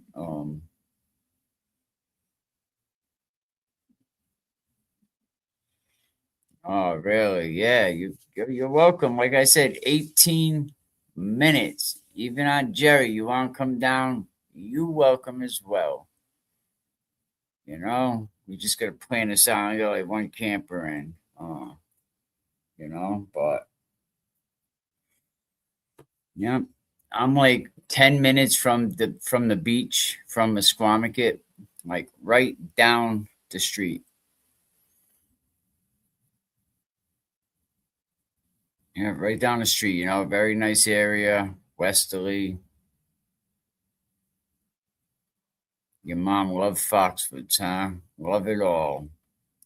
Remember, the like button is free. Hit that. Yeah, I appreciate that as well. Hit that like button. But let's get into this, man. We're all dreaming about going to Foxwoods, man. My mouth is starting to water a little bit. You know, they had the $1 or was it 25-cent table? They had a 25-cent or $1 blackjack table, and the old man, I used to bring the old timer up there. They used to call him Big Vinny. This guy was so little, but he demanded that respect. He had this yellow Cadillac, big joint. I used to drive him up there because he couldn't see anymore. Big Vinny, man. We used to bring him up there. I used to have to drive like an hour to Providence, pick him up, drive all the way up here to Foxwoods. He'll go in there. He'll play the dollar blackjack, and he'll drink drafts all night. And he'll leave with the same 20 he went with. But welcome back. Wipe your feet, hit the like button, subscribe, and if you really rock with us, you grab a membership, gift a membership. Tonight we break down the prosecutions never wanted anybody, I think, to break none of this stuff down. Go to the Truth About Eddie O'Brien website. This website has so much information, and this is all their own information.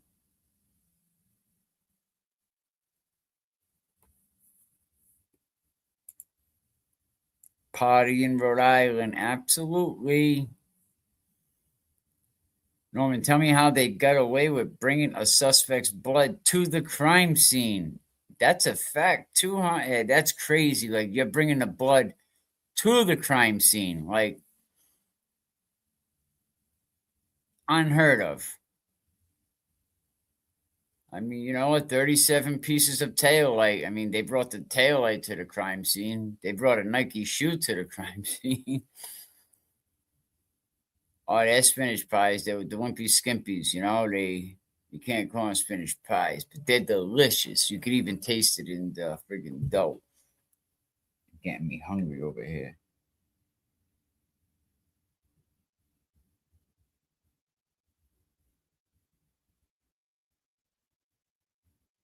But let's go check this. Let's go check this article out. Mass State Police Crime Lab chemist Bob Pino collected all of the evidence at the crime scene and wrote a report on his findings. For items 85, 86, 91, and 94, he reported that no items were found in the envelope. What happened to the items? Pino listed 59 items at the presence of blood on them. Page 17, Mary Kate McGilray only reported to test 21 of those. If you have 59, if the cops thought it was important enough, right, to have 59, why not test all you got? Why are you only testing 21 of these items? Several years after this case, Pino was fired from the director's position at the State Police Crime Lab for improper reporting methods in other cases.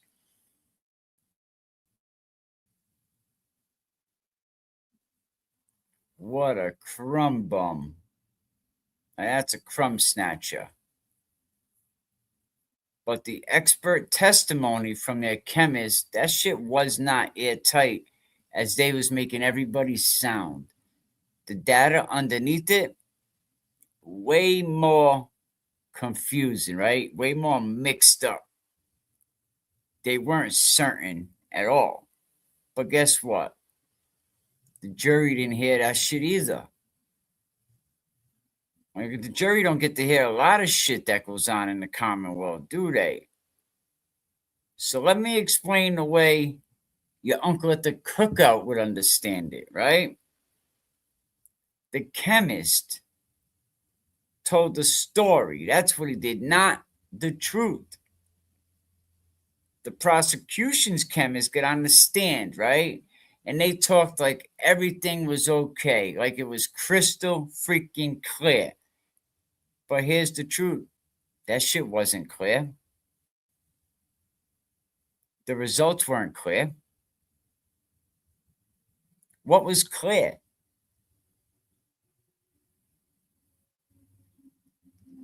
It reminded me of a 1,000-piece puzzle and they're all missing. Say, oh yeah, I know what the picture is. No, you don't, stupid. I mean, this shit was just messy, right? But the jury never got a chance to hear this stuff.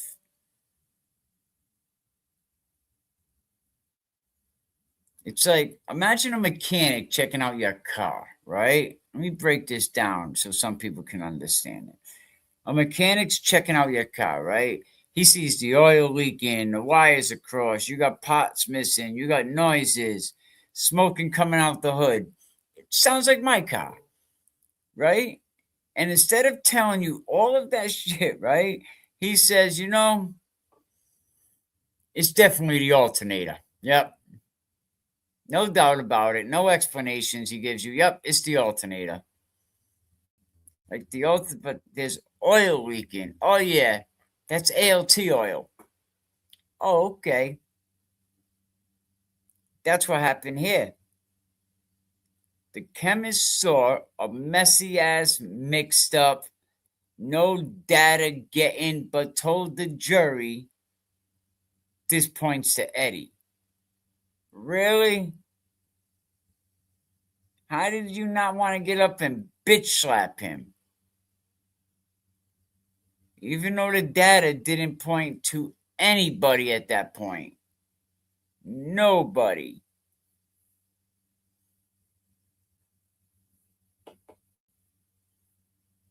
You know, compare it to a friggin' mixed up laundry friggin' basket. And here's another one.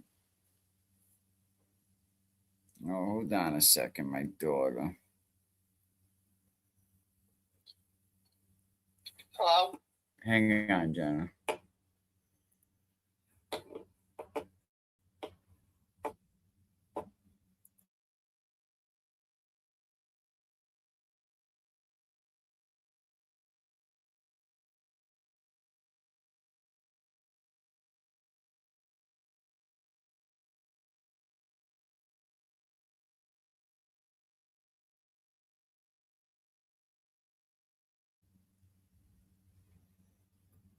My daughter, my Jenna.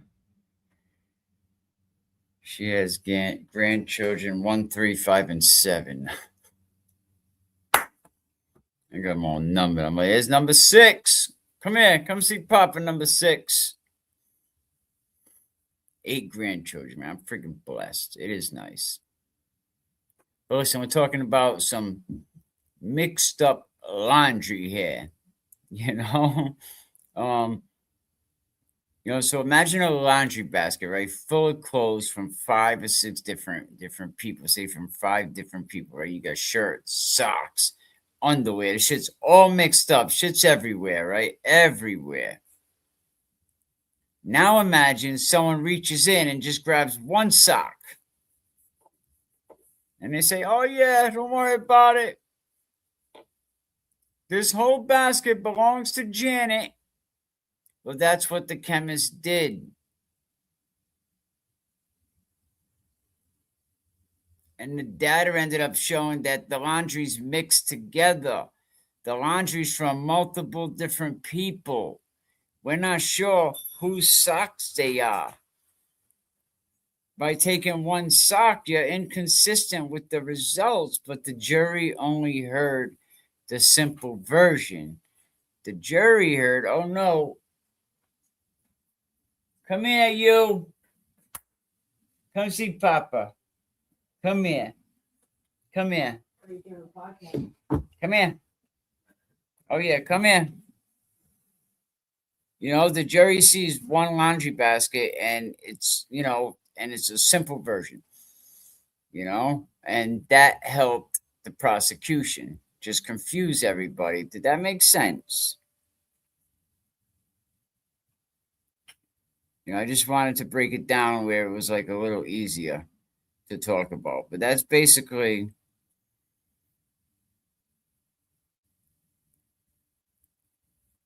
And then, Pino's conclusions, when they went on challenged, and here's the part that should make everybody pissed the hell off.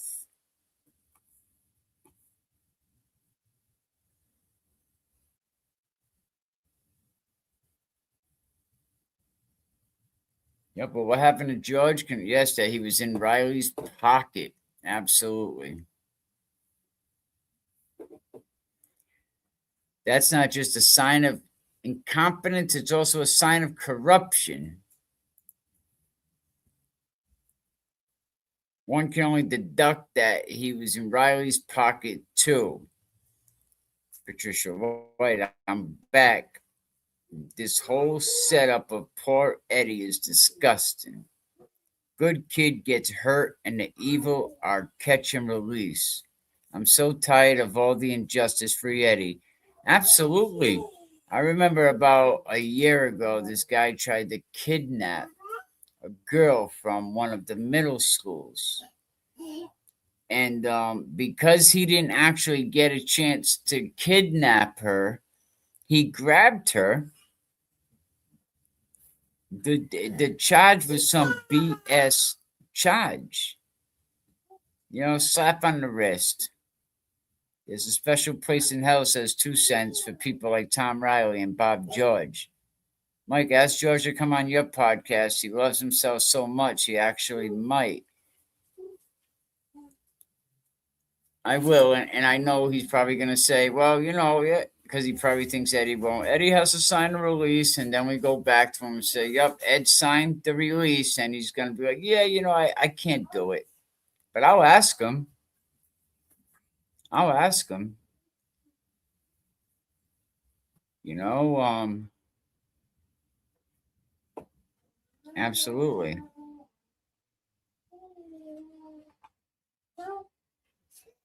And I'm thinking maybe we can even try to get some of the interviews that were already done. So, a different interviewer, someone different asking questions. Maybe I can formulate some decent questions. The interview that I'm excited to do is Eddie's when he comes home.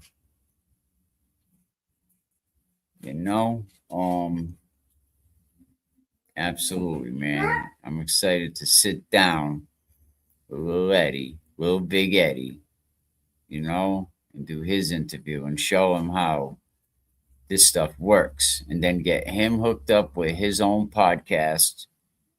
Imagine he'll blow up fast. He'll be monetized in like 2 weeks. I bet he'll have a 2,000 subscribers a couple days later.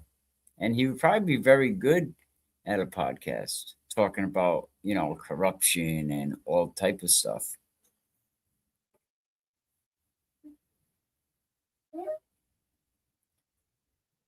I told this kid Tommy DiNucci, he's a filmmaker from Cranston. I said, Tommy, look at my page. Pay attention to that. That might be a good movie, not a documentary, a movie. He made the Bonded Vault heist, true story. That was a good movie. Don Johnson was in it. The guy from Bronx Tale was in it.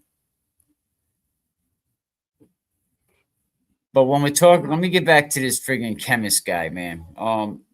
Nobody challenged the chemist. No one cross-examined the method of, what was her name, Mary?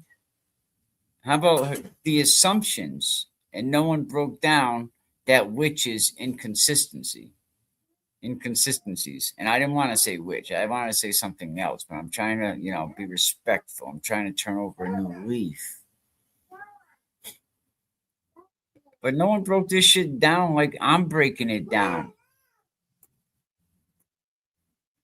Hold on, I gotta go yoke up this little girl.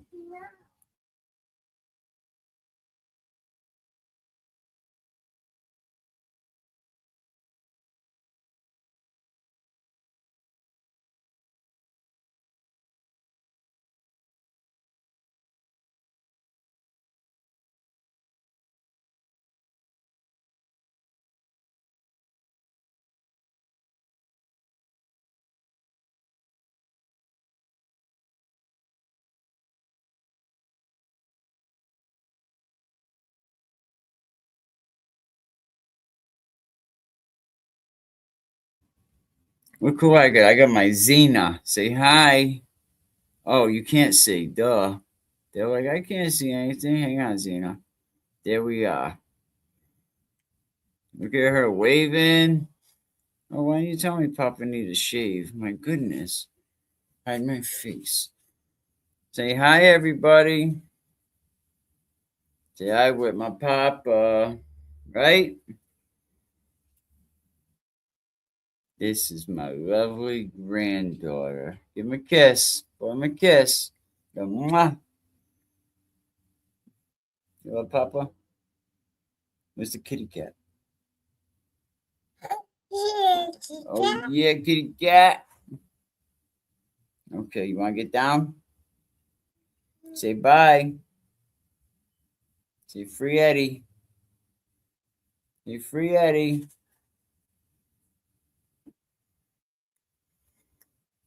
Mm. Yeah?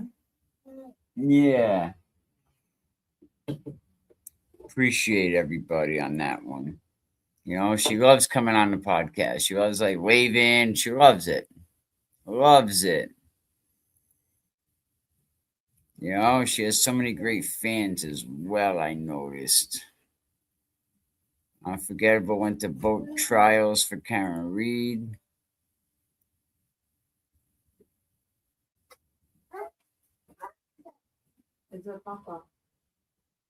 I got it, honey. Here, Papa has it.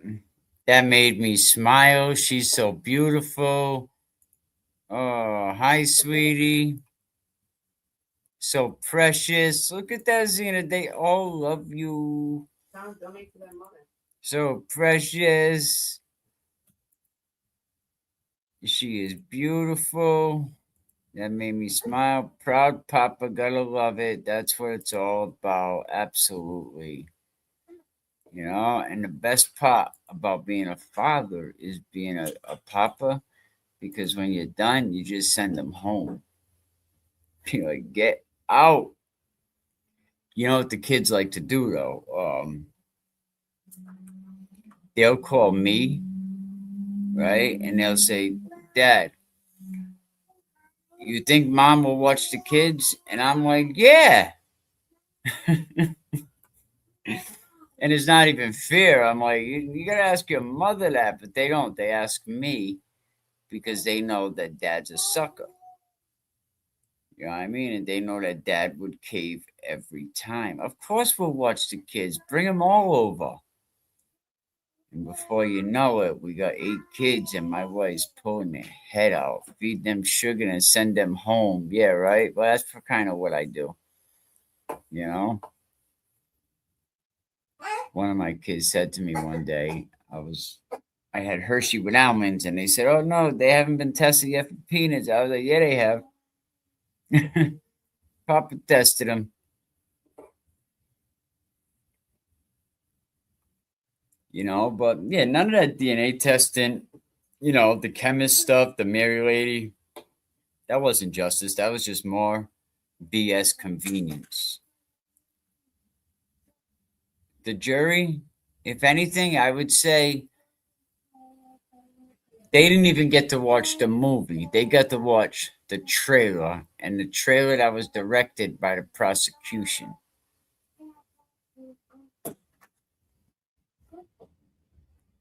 The chemist gave the jury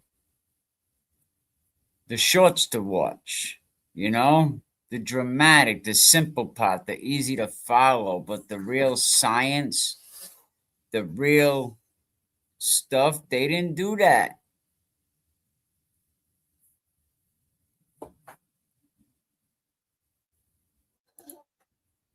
I love being a house they all came to. I could keep my eyes on things and I knew where they were and what they were doing. Also, such a blessing, too. Absolutely. I swear, if I'm ever fortunate enough to, I want to get a compound and I'll get, they'll all have their own little, their own little section where they can, their own little house and stuff. I seen one, the family built like a bunch of metal buildings on their property, and in one, There was like 4 units. That's what I want. I want my whole family to live right here with Papa. I don't mind. I'll just give me a riding mower. When things get crazy, I'll just go out in the yard, cut the grass. But the problem with this movie, right? The messy, complicated, full of unanswered questions, the jury never saw that. You know, the truth wasn't wrong. The presentation was, basically. Now people say, why didn't the jury see the truth? How come the jury couldn't see through this stuff? Why didn't they understand the science, man? Why didn't they question the evidence? You know why? Because the truth wasn't the problem. It was the friggin' presentation was the problem.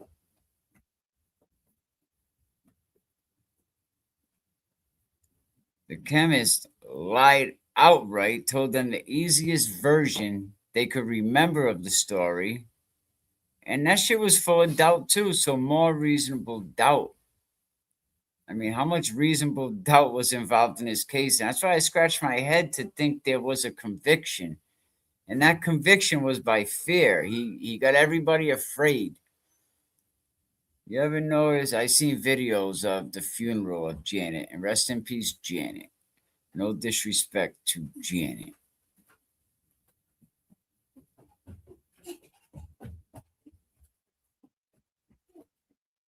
No disrespect to Janet. But Eddie didn't do this. And people say, oh, well, you know, everything you're doing, what is that? You know, what are you saying to Janet? Like, Janet got her justice. She got 30 years of an innocent man.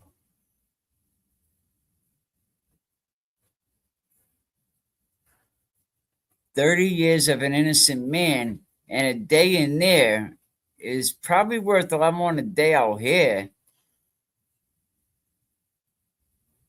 Oh my God, my dream too, Mike. My son has 15 acres. His house he cleared. I'm waiting for my little piece down there in Gulf Coast so we could pick up the grandkids at his house.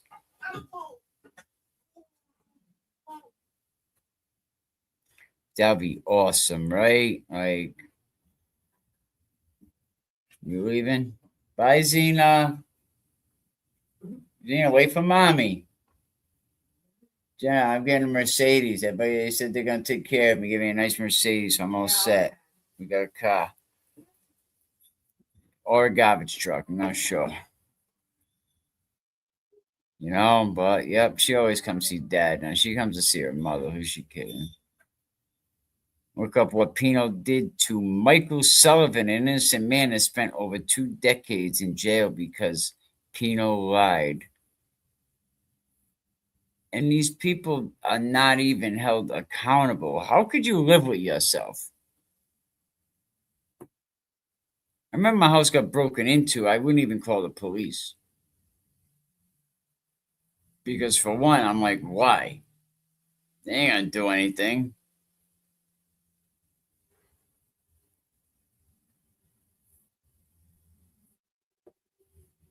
You know, when you simply simplify, you know, this messy ass science to make it sound clean, to make it sound perfect, you ain't doing science anymore.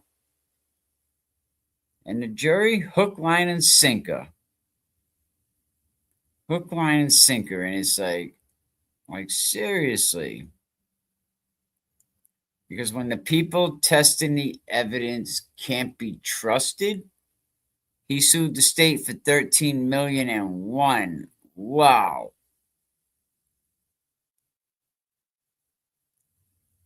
We don't call the police. We call family. That's right. You know, growing up in Providence, I always knew, and they always said it too. You have two police.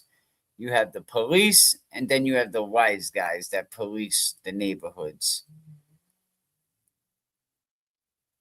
He sued the state for 13 million and won.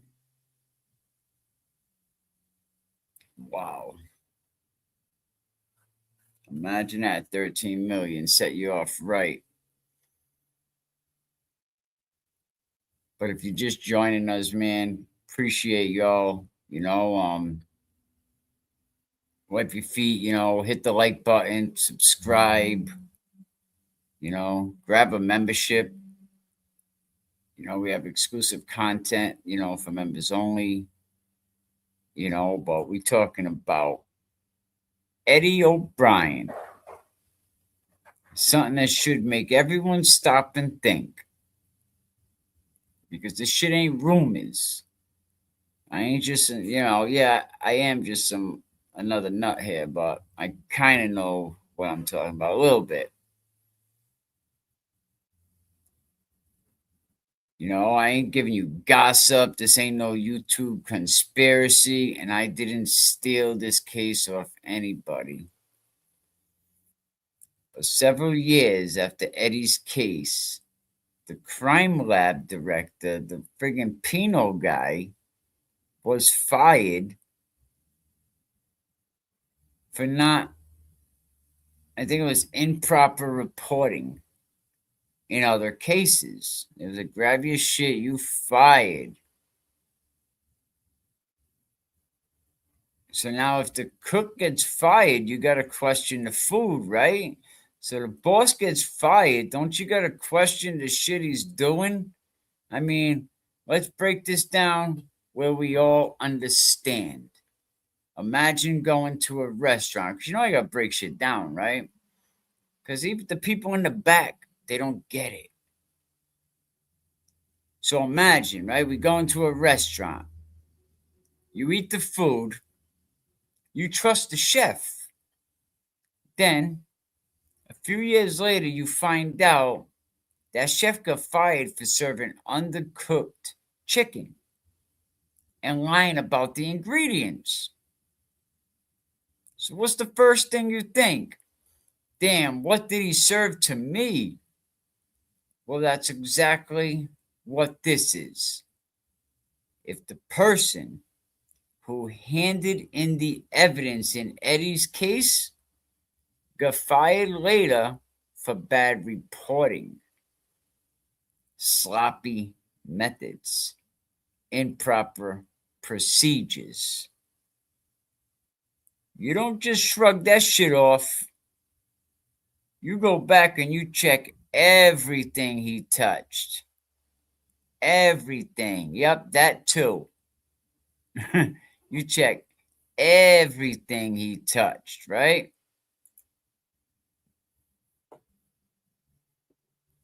Don't go nowhere, man. We rocking with you for sure.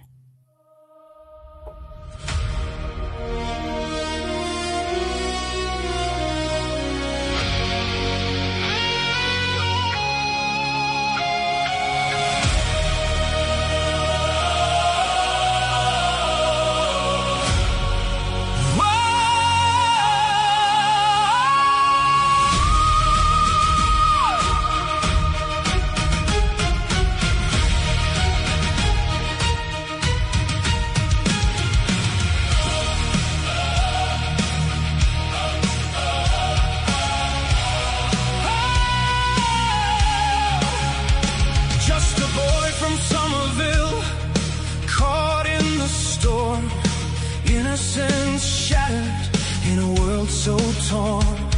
They said it was fear reopening the doors, filled with whispers behind closed floors. A white boy convicted made it look fair, but in the shadow of justice the truth laid bare. Eddie was a name, but just a pawn in the game. Sacrificed and railroaded, nothing felt the same. Oh, just a boy from Somerville. They played with his life as if it was a thrill. Politics and pressure, shadows at play. Innocent hearts lost in this twisted ballet.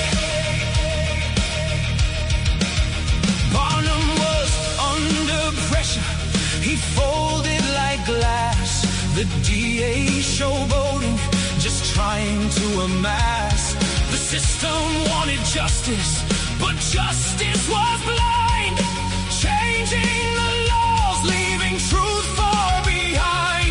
Remove the judge who dared to be just. Eddie was demonized in the world's cruel thrust. Size mattered not when politics run deep.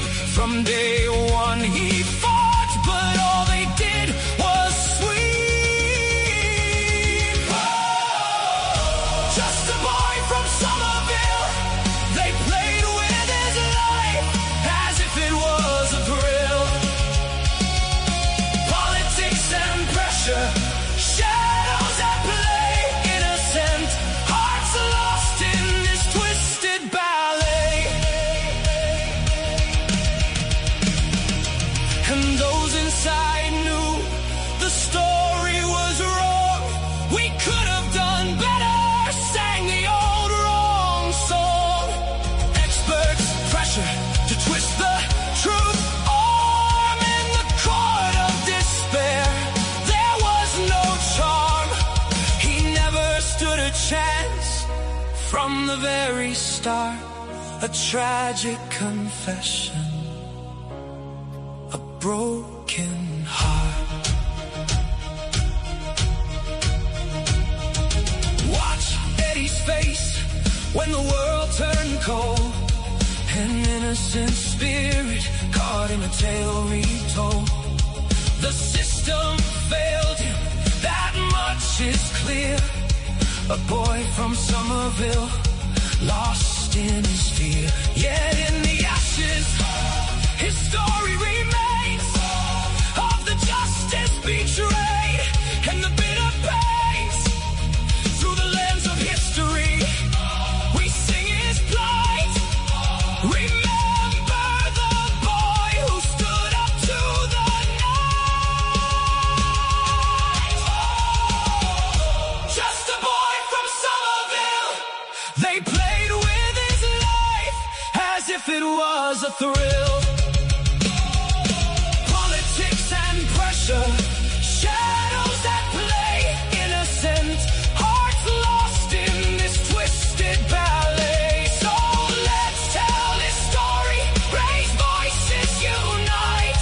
For every Eddie, let's stand up and fight. Just a boy from Somerville, forever we'll stand in the heart of the people.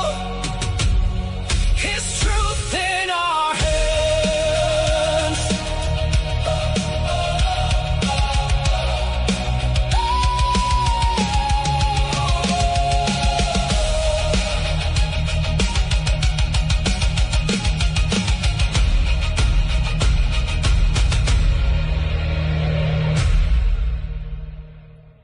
Oh, that was a banger. That was a banger.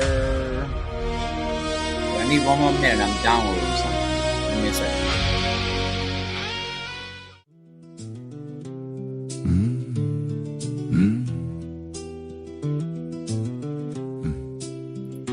Eddie O'Brien, oh what a story to tell. 15 years young, caught in a prison cell, trapped in the system. Ain't that just a shame? For a crime he didn't do, they played him like a game. Pattern so clear, yet nobody sees. Intentional lies blowing in the breeze. Documented truths, but they're buried so deep. Poor kid lost his life while the system's asleep. Free Eddie, free him till it's backward. Guilty on paper, but he never had the hard facts. Let a fool think he won, that's how it goes. Eddie's innocence buried beneath all the woes.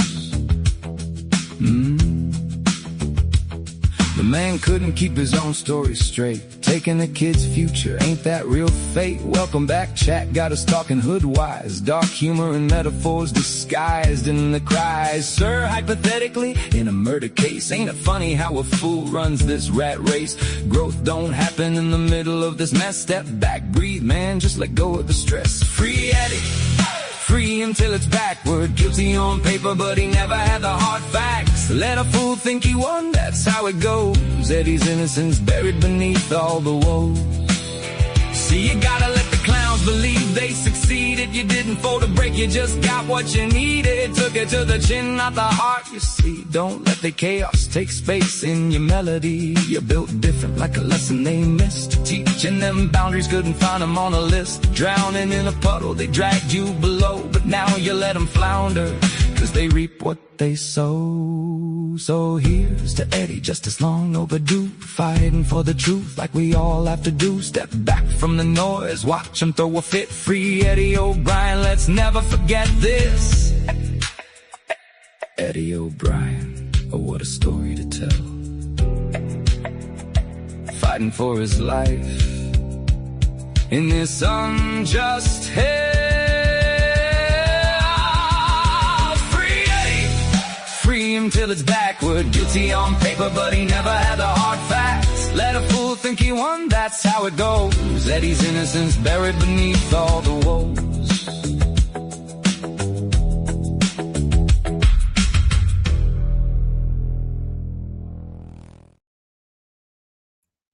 We are back. We are back by popular demand. Shout out to everybody. Shout out to everybody. I think what we are. Free Birdman. Thank you. Thank you. Thank you. Thank you. I was looking up my top 10. You know, it actually has top fans here. And you know, Freebird right there, number one. And then Denise right behind him. And then on Jerry. And then Robert in fourth. And Oxy in the fifth spot. And at Diane in sixth. Ed O'Brien in seventh. 2 cents worth in 8. Norman Corey 9. That's pretty cool. And Trisha O'Brien in 10. Yeah, that's right. Real, recognize real. That is so. That's like the truest thing you could say. If we don't stand on truth, then what are we standing on? Like JoJo says, you know, you'll fall for anything, you know.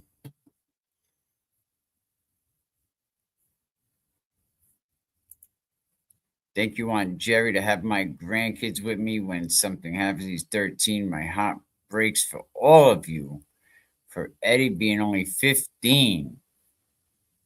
You know, somebody mentioned today that, you know, they went to wish, you know, their I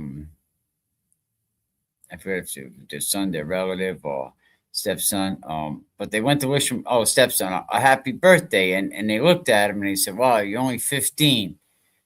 I knocked off my first, you know, big job at 15, you know, and couldn't imagine, he said, that, you know, these kids doing that at 15. So I couldn't imagine. And he said, I started crying like a, you know, and that's just passion. It's okay to do that. It don't mean you're weak. Can we get some free Eddies in the chat just to show Big Ed O'Brien, you know, that we thinking of Eddie, you know, free Eddie. Let's go.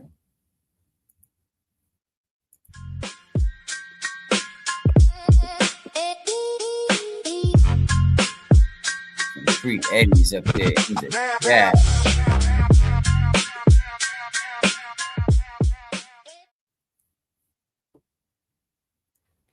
You know, because it feels good, you know, when Eddie has a chance to see this, or, you know, someone shows them a picture and they say, look at, man, look at all the people. Look at that. Look at it lighting up green, Ed. You know, this is what they think about you, Eddie, you know, and you know how good that feels to be like, wow, I thought the world gave up on me. And I guarantee little Eddie thought everybody gave up on him, but we didn't know. Some of yous knew, but we all didn't know. And Ed's going to need all the support we can get, you know, so other content creators, you know, you want to talk about this, you know, learn this case. You know, them content creators or the law tubers, you know, that are really out, that want justice, you know, go over this case. Justice is the only justice. Freebird, God made us for such a time like this. Absolutely. You know, I've been saying it. I believe it. I think Eddie was like a prophet. Was it, was in there, ministering to all them broken souls. And I said this a couple times. And when I prayed the other night, I said, Lord, now it's time that you bring Eddie home. Now it's time. He did your job. He did the job that you wanted him to do. He made the prison better. He helped a lot of these lost men. You heard JoJo say that he was a peacemaker. He prevented like a big racial war from breaking out, in the basketball gym. When JoJo had to put his hands on feet on this friggin' PDF file, scumbag tape. So once again, JoJo coming up, doing his job for society, you know. And when he returned from lockup, Eddie took care of him. Eddie takes care of his friends. Nobody goes without. And he said, so many people Eddie has done that for. He helped more people. Eddie helps the little guy.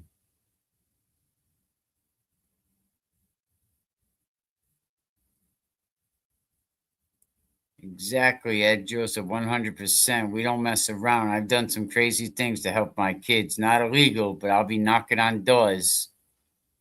You got that right. Like, come on, boy, we're taking a ride.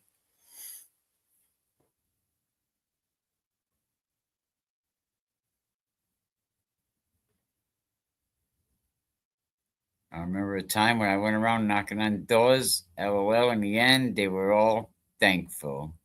Eddie needs all our support, and he's going to get it. He is going to get it. And the more we share this, the more we like it, the more we hype up. And that's right. It takes everybody's help. If you all really want this, I mean, we came so far in a little bit of time. I didn't have a lot of subs. I really didn't mess with YouTube at all. I had the page, a couple subs. You guys helped me get up to 600, and now 700. And now we need to get up and hit that 1,000 mark so we can keep pushing this content. No drama. We can't worry about what's going on because I think that takes a lot of energy away from, doing what we need to do to get Eddie out of there, and instead of, talking an hour of drama, we could have been going over something.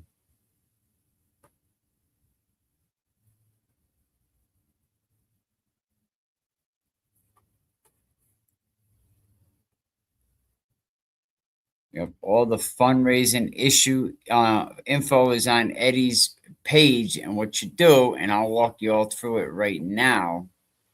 Let's keep it going for Mikey. My stepson's ex stole his car. Guess who found it at 2 a.m. and had AAA there to tow it home? LOL. Nice.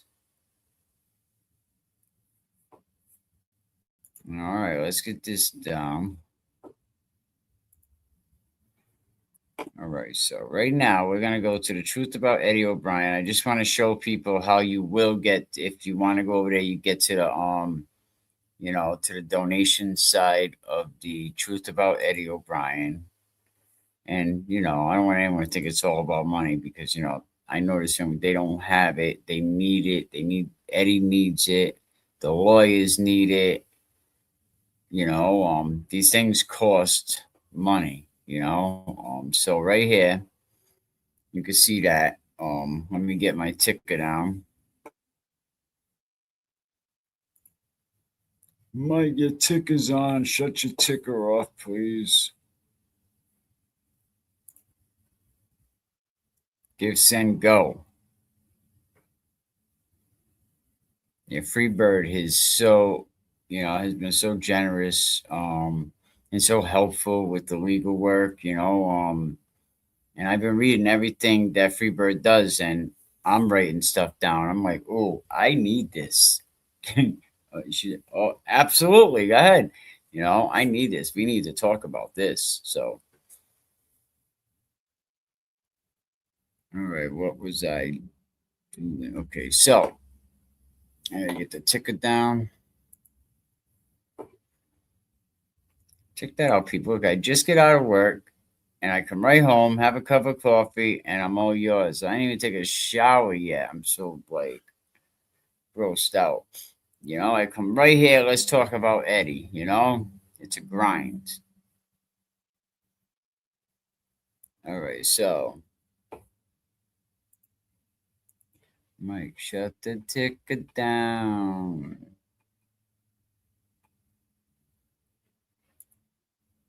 There we go. So you go to the truth about Eddie O'Brien. You have about Eddie, timeline, evidence, testimonies, and help now. And it's such a valuable website. Such a valuable website. So you hit the red tab and it brings up the next page. Take action. Help bring Eddie home. 30 years is too long. The truth is documented. What Eddie needs now is public attention, legal pressure, and people willing to amplify his story and amplify it together. So donate to Eddie's legal fund right down here.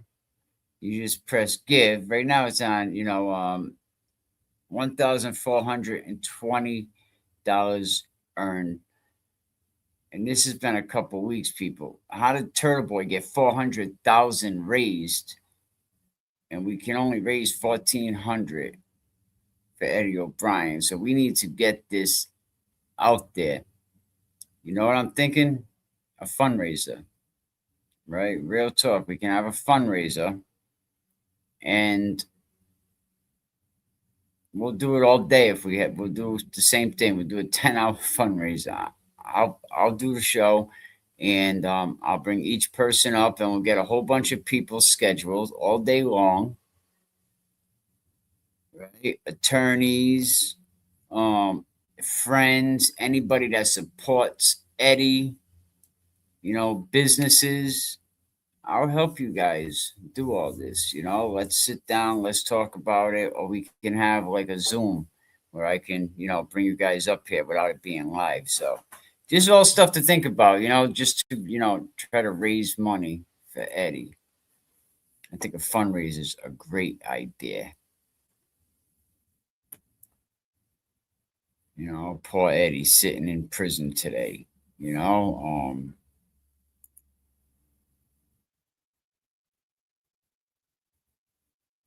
Just want to support you and the O'Briens. I mean, you support the O'Briens, you support the O'Briens, and I come with that. So, yes, I appreciate that. But it's more about supporting the O'Brien. But we really thank you. I really appreciate it. And I told the O'Briens, I'm already in the. I already sending them $50. It ain't much, but I was like, here, bang, it's yours. Give it to Eddie because that's what you should do.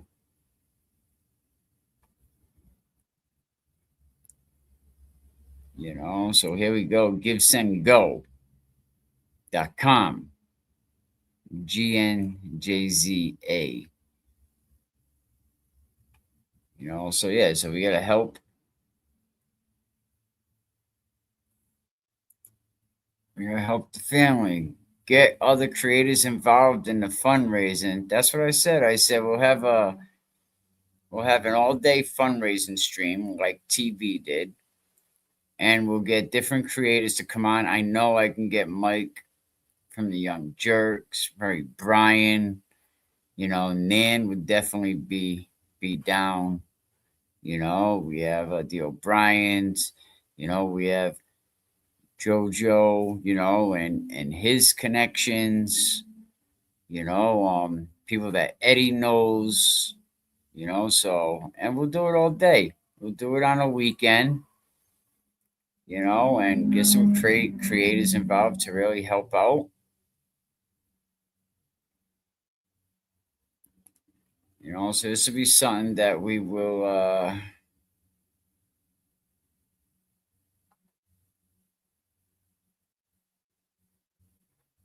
you can't pick your family, so you play the hand you're dealt.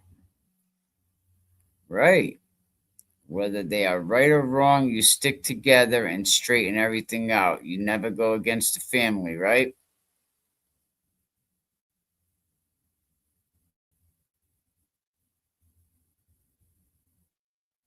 I just came back in. I mean, fundraising on their own channels with large platforms. Oh, absolutely. Anybody. Yeah, no, I mean, everybody can, if they all go StreamYard, everybody can. That's the good thing about StreamYard. If you got 8 creators on there, it'll all stream to all them platforms at the same time.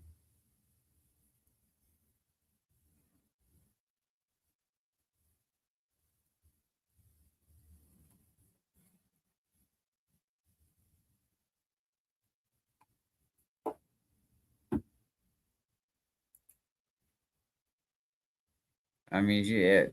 I mean, this is about Eddie, so it don't matter what channel it's fundraised on, you know. And plus we stream it on Twitter, like this podcast right here. At the same time, we're on Twitter,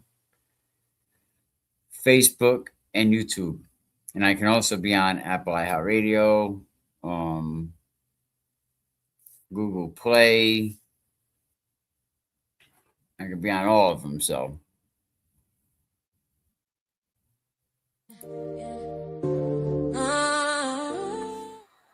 you know, I want to play something for the chat, for the moderators, for the members. You know, it might not be everyone's cup of tea, but it's a special song. You know, a shout out to the moderators, the chat, and all that. And we'll be right back.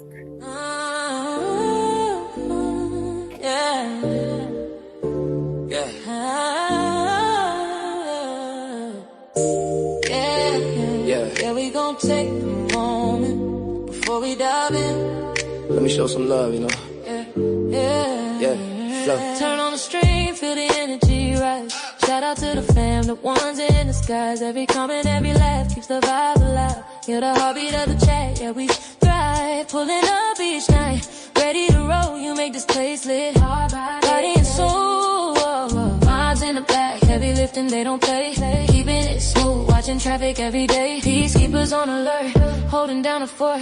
Crew full of love, every stream they support. To the chat, to the crew, yeah, we shine bright. You're the backbone of the night, holding us tight. To the members, true believers, making it real. You're the pulse in our heart, let's do the deal. To the chat, to the crew, yeah, we shine bright. You're the backbone of the night, holding us tight. To the members, true believers, making it real. You're the pulse in our heart, let's do the deal. We see you dedicated, going the extra mile. Not just watching you invested, that's the style. Lights on, vibe strong, every show's a hit. Community together, can't take a minute to quit. You keep us going, no watered down vibe. From the chest to the miles, know we thrive. Major respect to the ones who keep it clean. Clean up crew rolling, y'all know what I mean. Don't try it today, they say with a glance. Bringing peace to the chaos, giving us a chance. To the chat, to the crew, yeah, we shine bright. Y'all the backbone of the night, holding us tight. To the members, true believers, making it real. You're the pulse in our heart, let's do the deal. To the chat, to the crew, yeah, we shine bright. You're the backbone of the night, holding us tight. Just know this is true. We appreciate every single one of you. This is our moment, community's the key. Let's get it poppin', let's set the stream free. So here's to the chat mods and members like, oh, you're the heart of the stream and that's never getting old. Now let's get into it, yeah, we ride on time. With you by our side, every night's a prime. Yeah, we out here holding it down. This community's love, wear it like a crown.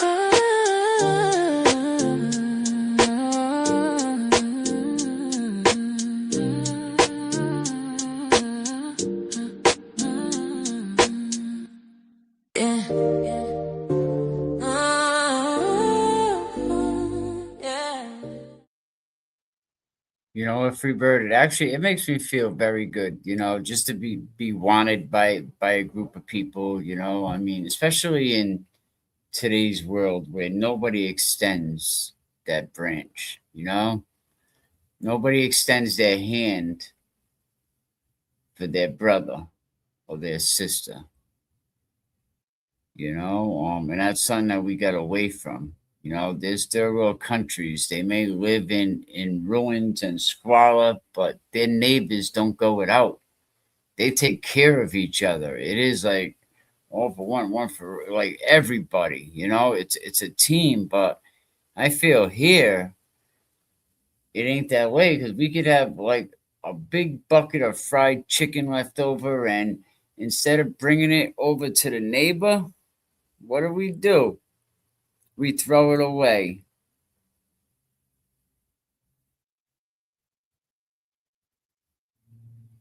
We just throw it away.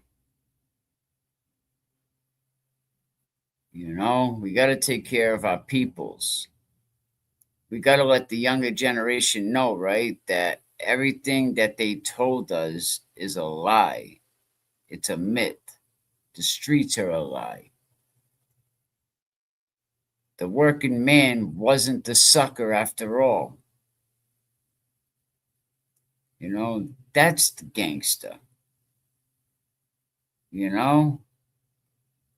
Paying the gas bill and the lights.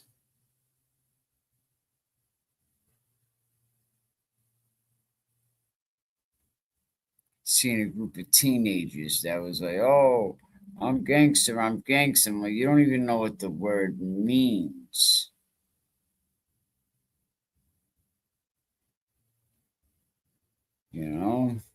There's a song, I have to find it, but like the real gangster is the man that gets up every day and goes to work and busts his back to take care of his family. The real gangster, you pay the gas bill, you pay the lights, you teach your kids to read and color, and you go be their biggest advocate at school.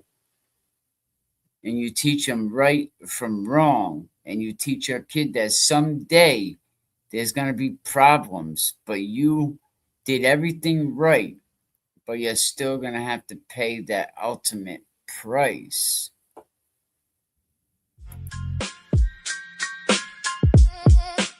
That's what we have to leave our kids. That's what we have to teach our kids, teach our neighbors.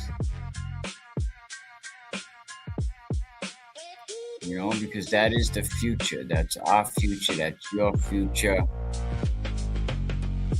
Listen, everybody, man. I really appreciate everybody. It's been 2 hours and 45 minutes, and expecting a little call coming in. And I'm thinking I'm going to try to get some business sponsors. So if you have a business, and you want to help sponsor this, let us know. If you know someone that has a business and they want to support what we're doing, reach out to me. We could put like a video ad, and at the end we could say, this is brought to you by this company and that company and this one and that one, and free Eddie. We're gonna do a lot of things for Eddie, man. We're gonna bring Eddie home. But let me see if there's anything else in the comment section.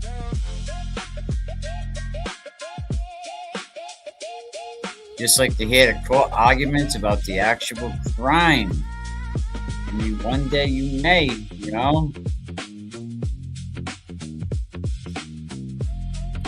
it's just very expensive for that information.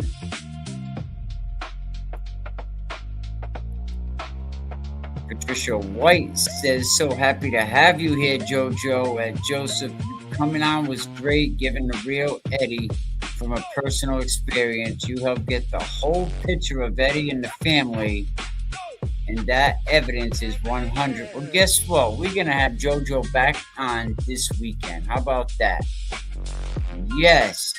Give JoJo some shamrocks now. He's coming back by popular demand, because y'all went nuts yesterday in the chat. So you know what? we're gonna get your boy back up here, you know? So we're gonna talk to JoJo. Can't wait. Everyone seems to like JoJo here. Absolutely, he's a likable guy. It was minor that I just wanted to let him hear it. Can't wait. Love listening to at Joseph Burho 3169. Absolutely, man. And when I listened back at it, there was so many jewels that I caught. I was like, nice. So we're gonna have JoJo back on here, and you never know what we're gonna hear. You know, JoJo's comfortable now. He's comfortable, you know. He had to break the ice, you know. We had to get him out of his bag, you know. So you don't know where this is going to go, but we know one thing: it's gonna be Free Eddie all day, every day. Some real talk. Oh, JoJo, do you know Freddie Rachel? Is it? I want to know what he thinks of him.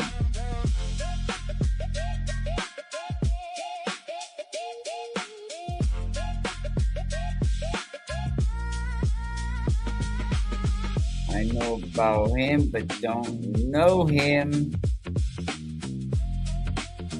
Yeah, and you know, rest in peace to your brother DB. You know, we sorry for your loss and what you had to go through since 1979. You know, but we're all family, man. You know, we all got the same freaking goal. JoJo, funny thing, my son is now reading a book.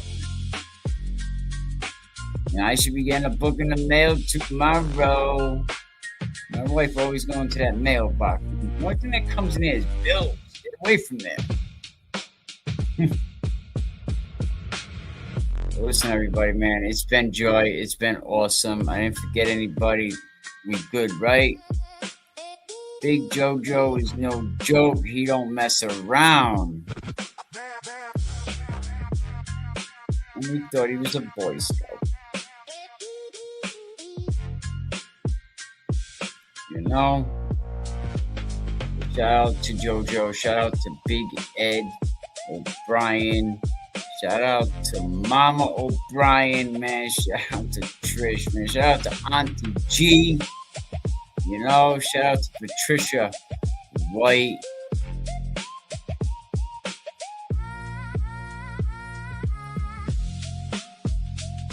I'm not listening. Yes, at Freebird Real Talk, I'm not listening to the lies, corruption, connections, just evil. I'm done and fighting back for the people like Eddie who deserve justice and Janet. And that's what we're doing. Throw the bills away. I do.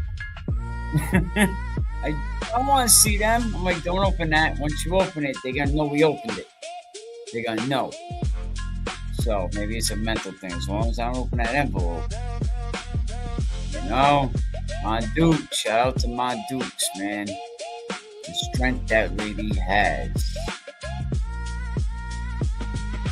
Listen, Ed, man. You got a whole gang in your corner, man. You know, let's go. Let's do this, man. I'm excited. But you already know. Let me get out of here. But let's do a couple songs. Break them in easy.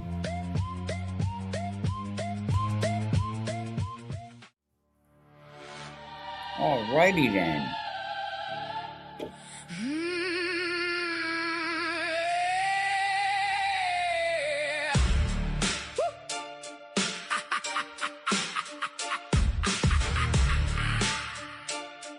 Yeah. Let me tell you about a kid, only 15 years. Eddie O'Brien, caught in the gears. Political pawns, they played their game. Power and money all in his name. But was tight with will, no simple fate. Climbed the ladder, sealed Eddie's state. Wayne but a prosecutor with a purpose. In the court of politics, none could touch us. This ain't just a story, it's a legacy. Eddie was the stone that shaped their destiny. With every connection, every hand they shake, Eddie's case became the ground they break.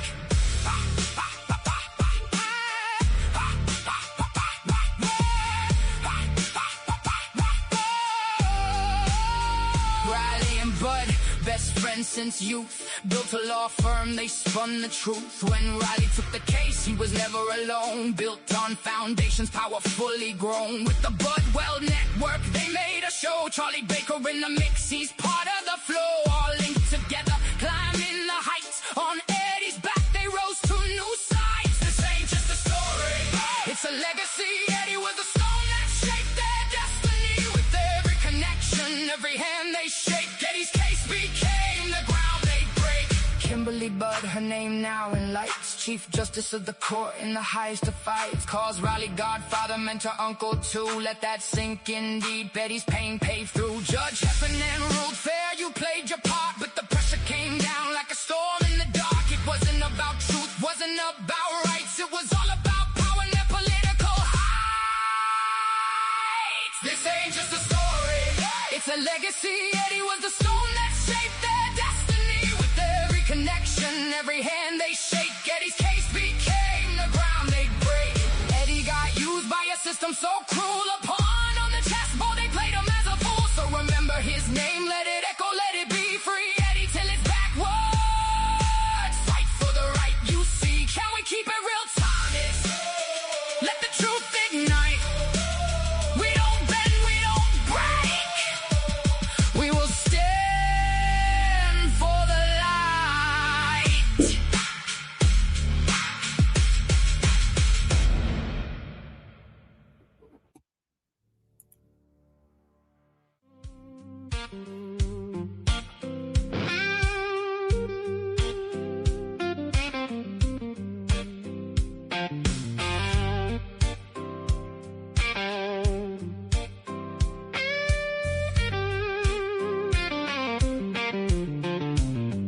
In the courtroom lights, truth's gonna bend.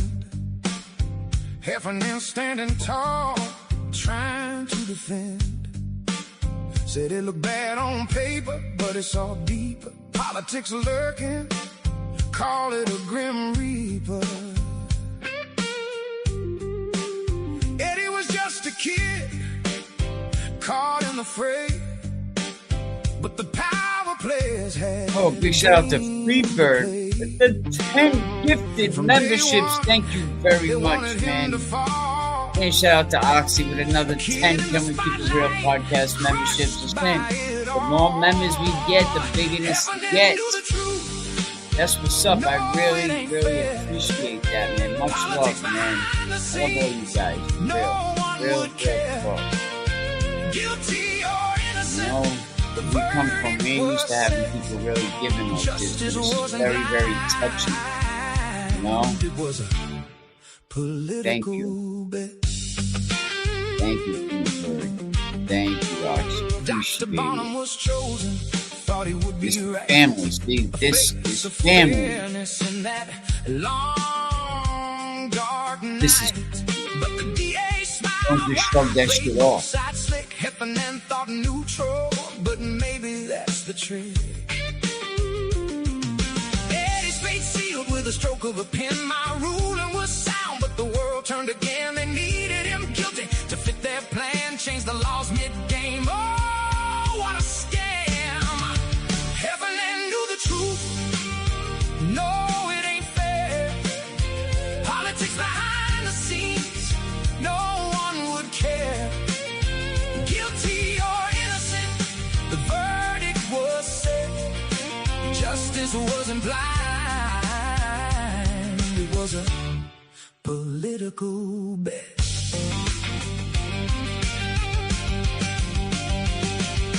Juvenile court, he should have stayed there. 20 years, not a slap, but no one would care. System in panic cause he stood his ground, but the wheels of justice just turned him around. They wanted Eddie down, they wanted him lost. With the stakes so high, he paid the cost.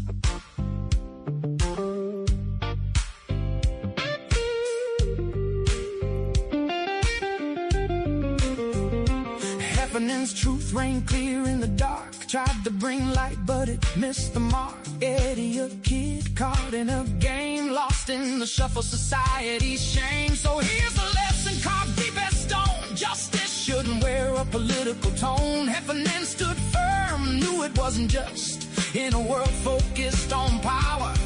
Who can you trust? Heffernan knew the truth. No, it ain't fair. Politics behind the scenes, no one would care. Guilty or innocent, the verdict was set. Justice wasn't blind, it was a political bet. So let's remember as the story unfolds, the tales of the innocent, the truth yet told. Heffernan knew the truth, and it cuts like a knife in the courtroom of power. What's the cost of a life?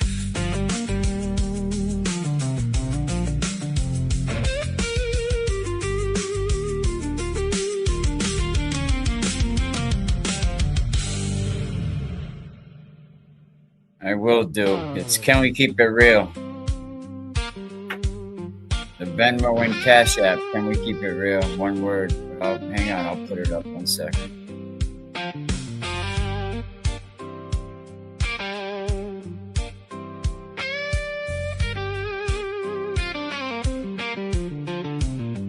In the courtroom lights, truth's gonna bend. Heffernan standing tall, trying to defend. Said it looked bad on paper, but it's all deeper. Politics lurking, call it a grim reaper. Eddie was just a kid. Oxy, do you have my Venmo handy? Can you put it in the comments in chat? To play. From day one, they wanted him to fall. A kid in the spotlight, crushed by it all. Heffernan knew the truth. No, it ain't fair. Politics behind the scenes, no one would care. Guilty or innocent, the verdict was set. Justice wasn't blind, it was a political bet. Dr. Bonham was chosen, thought he would be right. A face of fairness in that long, dark night. But the DA smiled wide, played both sides slick. Heffernan thought neutral, but maybe that's the trick. Eddie's fate sealed with a stroke of a pen. My ruling was sound, but the world turned again. They needed him guilty to fit their plan, change the laws mid-game. Oh, what a scam! Heffernan knew the truth. No, it ain't fair. Politics behind Big Ed, it's right there. no one would care. Can we keep it real? One word. The verdict was set. Justice wasn't blind. It was a political bet.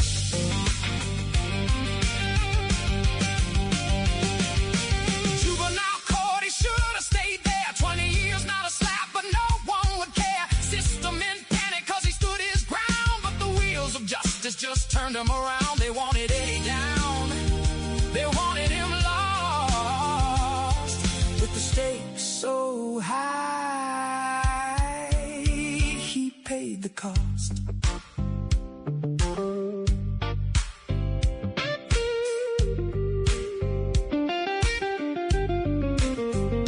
Heffernan's truth reigned clear in the dark. Tried to bring light, but it missed the mark. Eddie, a kid caught in a game, lost in the shuffle, society's shame. So here's a lesson carved deep as stone. Justice shouldn't wear a political tone. Heffernan stood firm, knew it wasn't just in a world focused on power. Who can you trust? Heffernan knew the truth. No, it ain't fair. Politics behind the scenes, no one would care. Guilty or innocent, the verdict was set. Justice wasn't blind.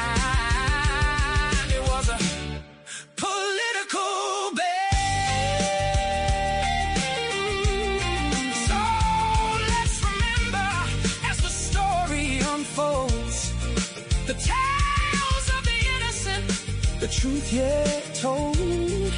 Heffernan knew the truth, and it cuts like a knife in the courtroom of power. What's the cost of a life?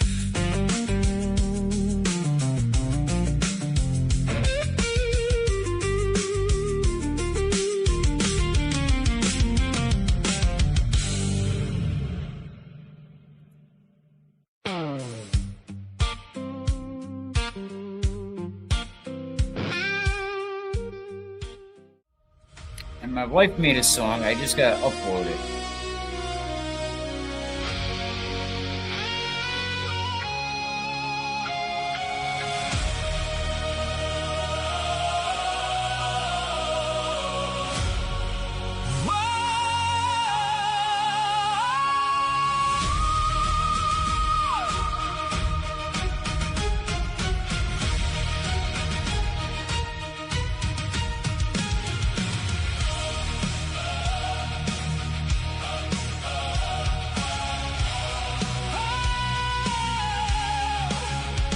Just a boy from Somerville, caught in the storm, innocence shattered in a world so torn. They said it was fear, reopening the doors, filled with whispers behind closed floors. A white boy convicted made it look fair, but in the shadow of justice, the truth laid bare. Eddie was a name, but just a pawn in the game, sacrificed and railroaded. Nothing felt the same. Oh, just a boy from Somerville. They played with his life as if it was a thrill. Politics and pressure, shadows at play, innocent hearts lost in this twisted ballet. Barnum was under pressure, he folded like glass. The DA showboating, just trying to amass. The system wanted justice, but justice was blind, changing the laws, leaving truth far behind. Remove the judge who dared to be just. Eddie was demonized in the world's cruel thrust. Size mattered not when politics run deep. From day one he fought, but all they did was sweep. Oh, just a boy from Somerville. They played with his life as if it was a thrill. Politics and pressure, shadows at play, innocent hearts lost in this twisted ballet. And those inside knew the story was wrong. We could have done better, sang the old wrong song. Experts pressure to twist the truth, arm in the court of despair. There was no charm, he never stood a chance. From the very start, a tragic confession, a broken heart. Watch Eddie's face when the world turned cold. An innocent spirit caught in a tale retold. The system failed.